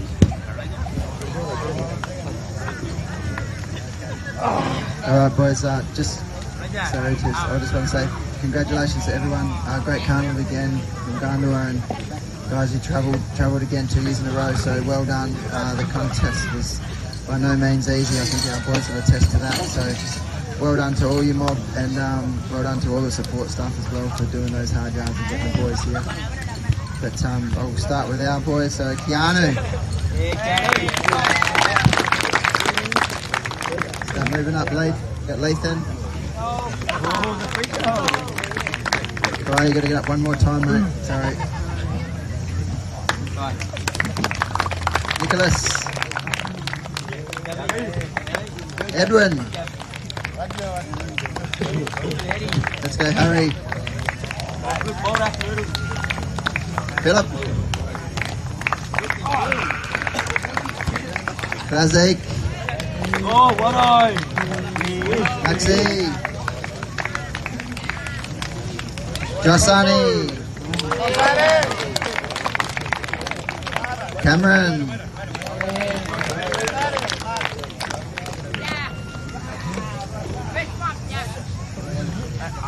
And we got Lee.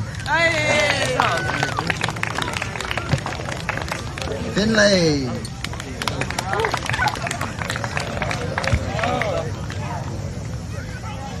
Liam. Boo! Boo! Boo! Mackay.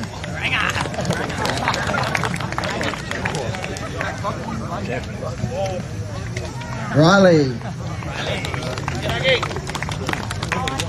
Jake.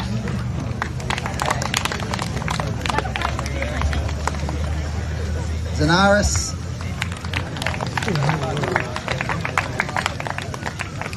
Kobe.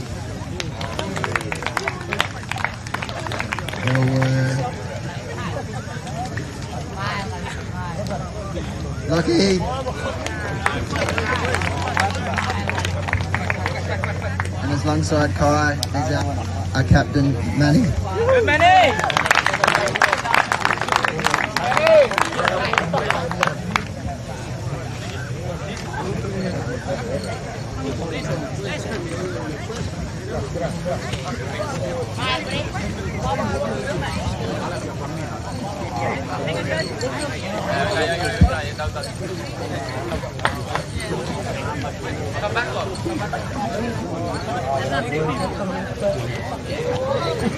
Before the celebrations commence and the photos take place, we'd like to welcome up team captains Manny Corpus and Piping Down to accept the premiership.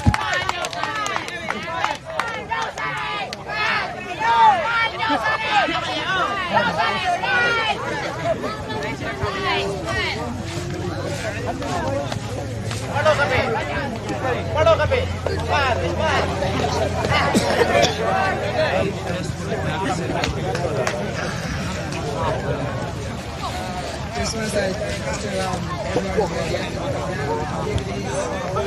Central,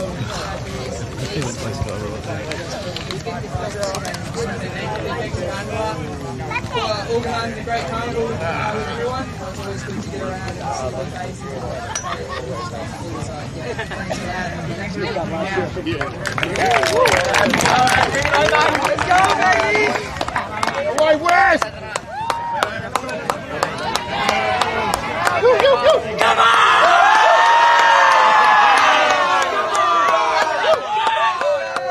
Let's go! Back home, baby! Back home! Let's come back home! Come on!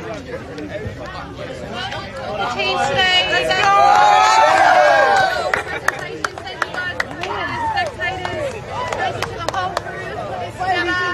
We really appreciate it. Coaches, you're not done for the day. You've got an education session with Claremont Footy Club at 3:30. Thank you.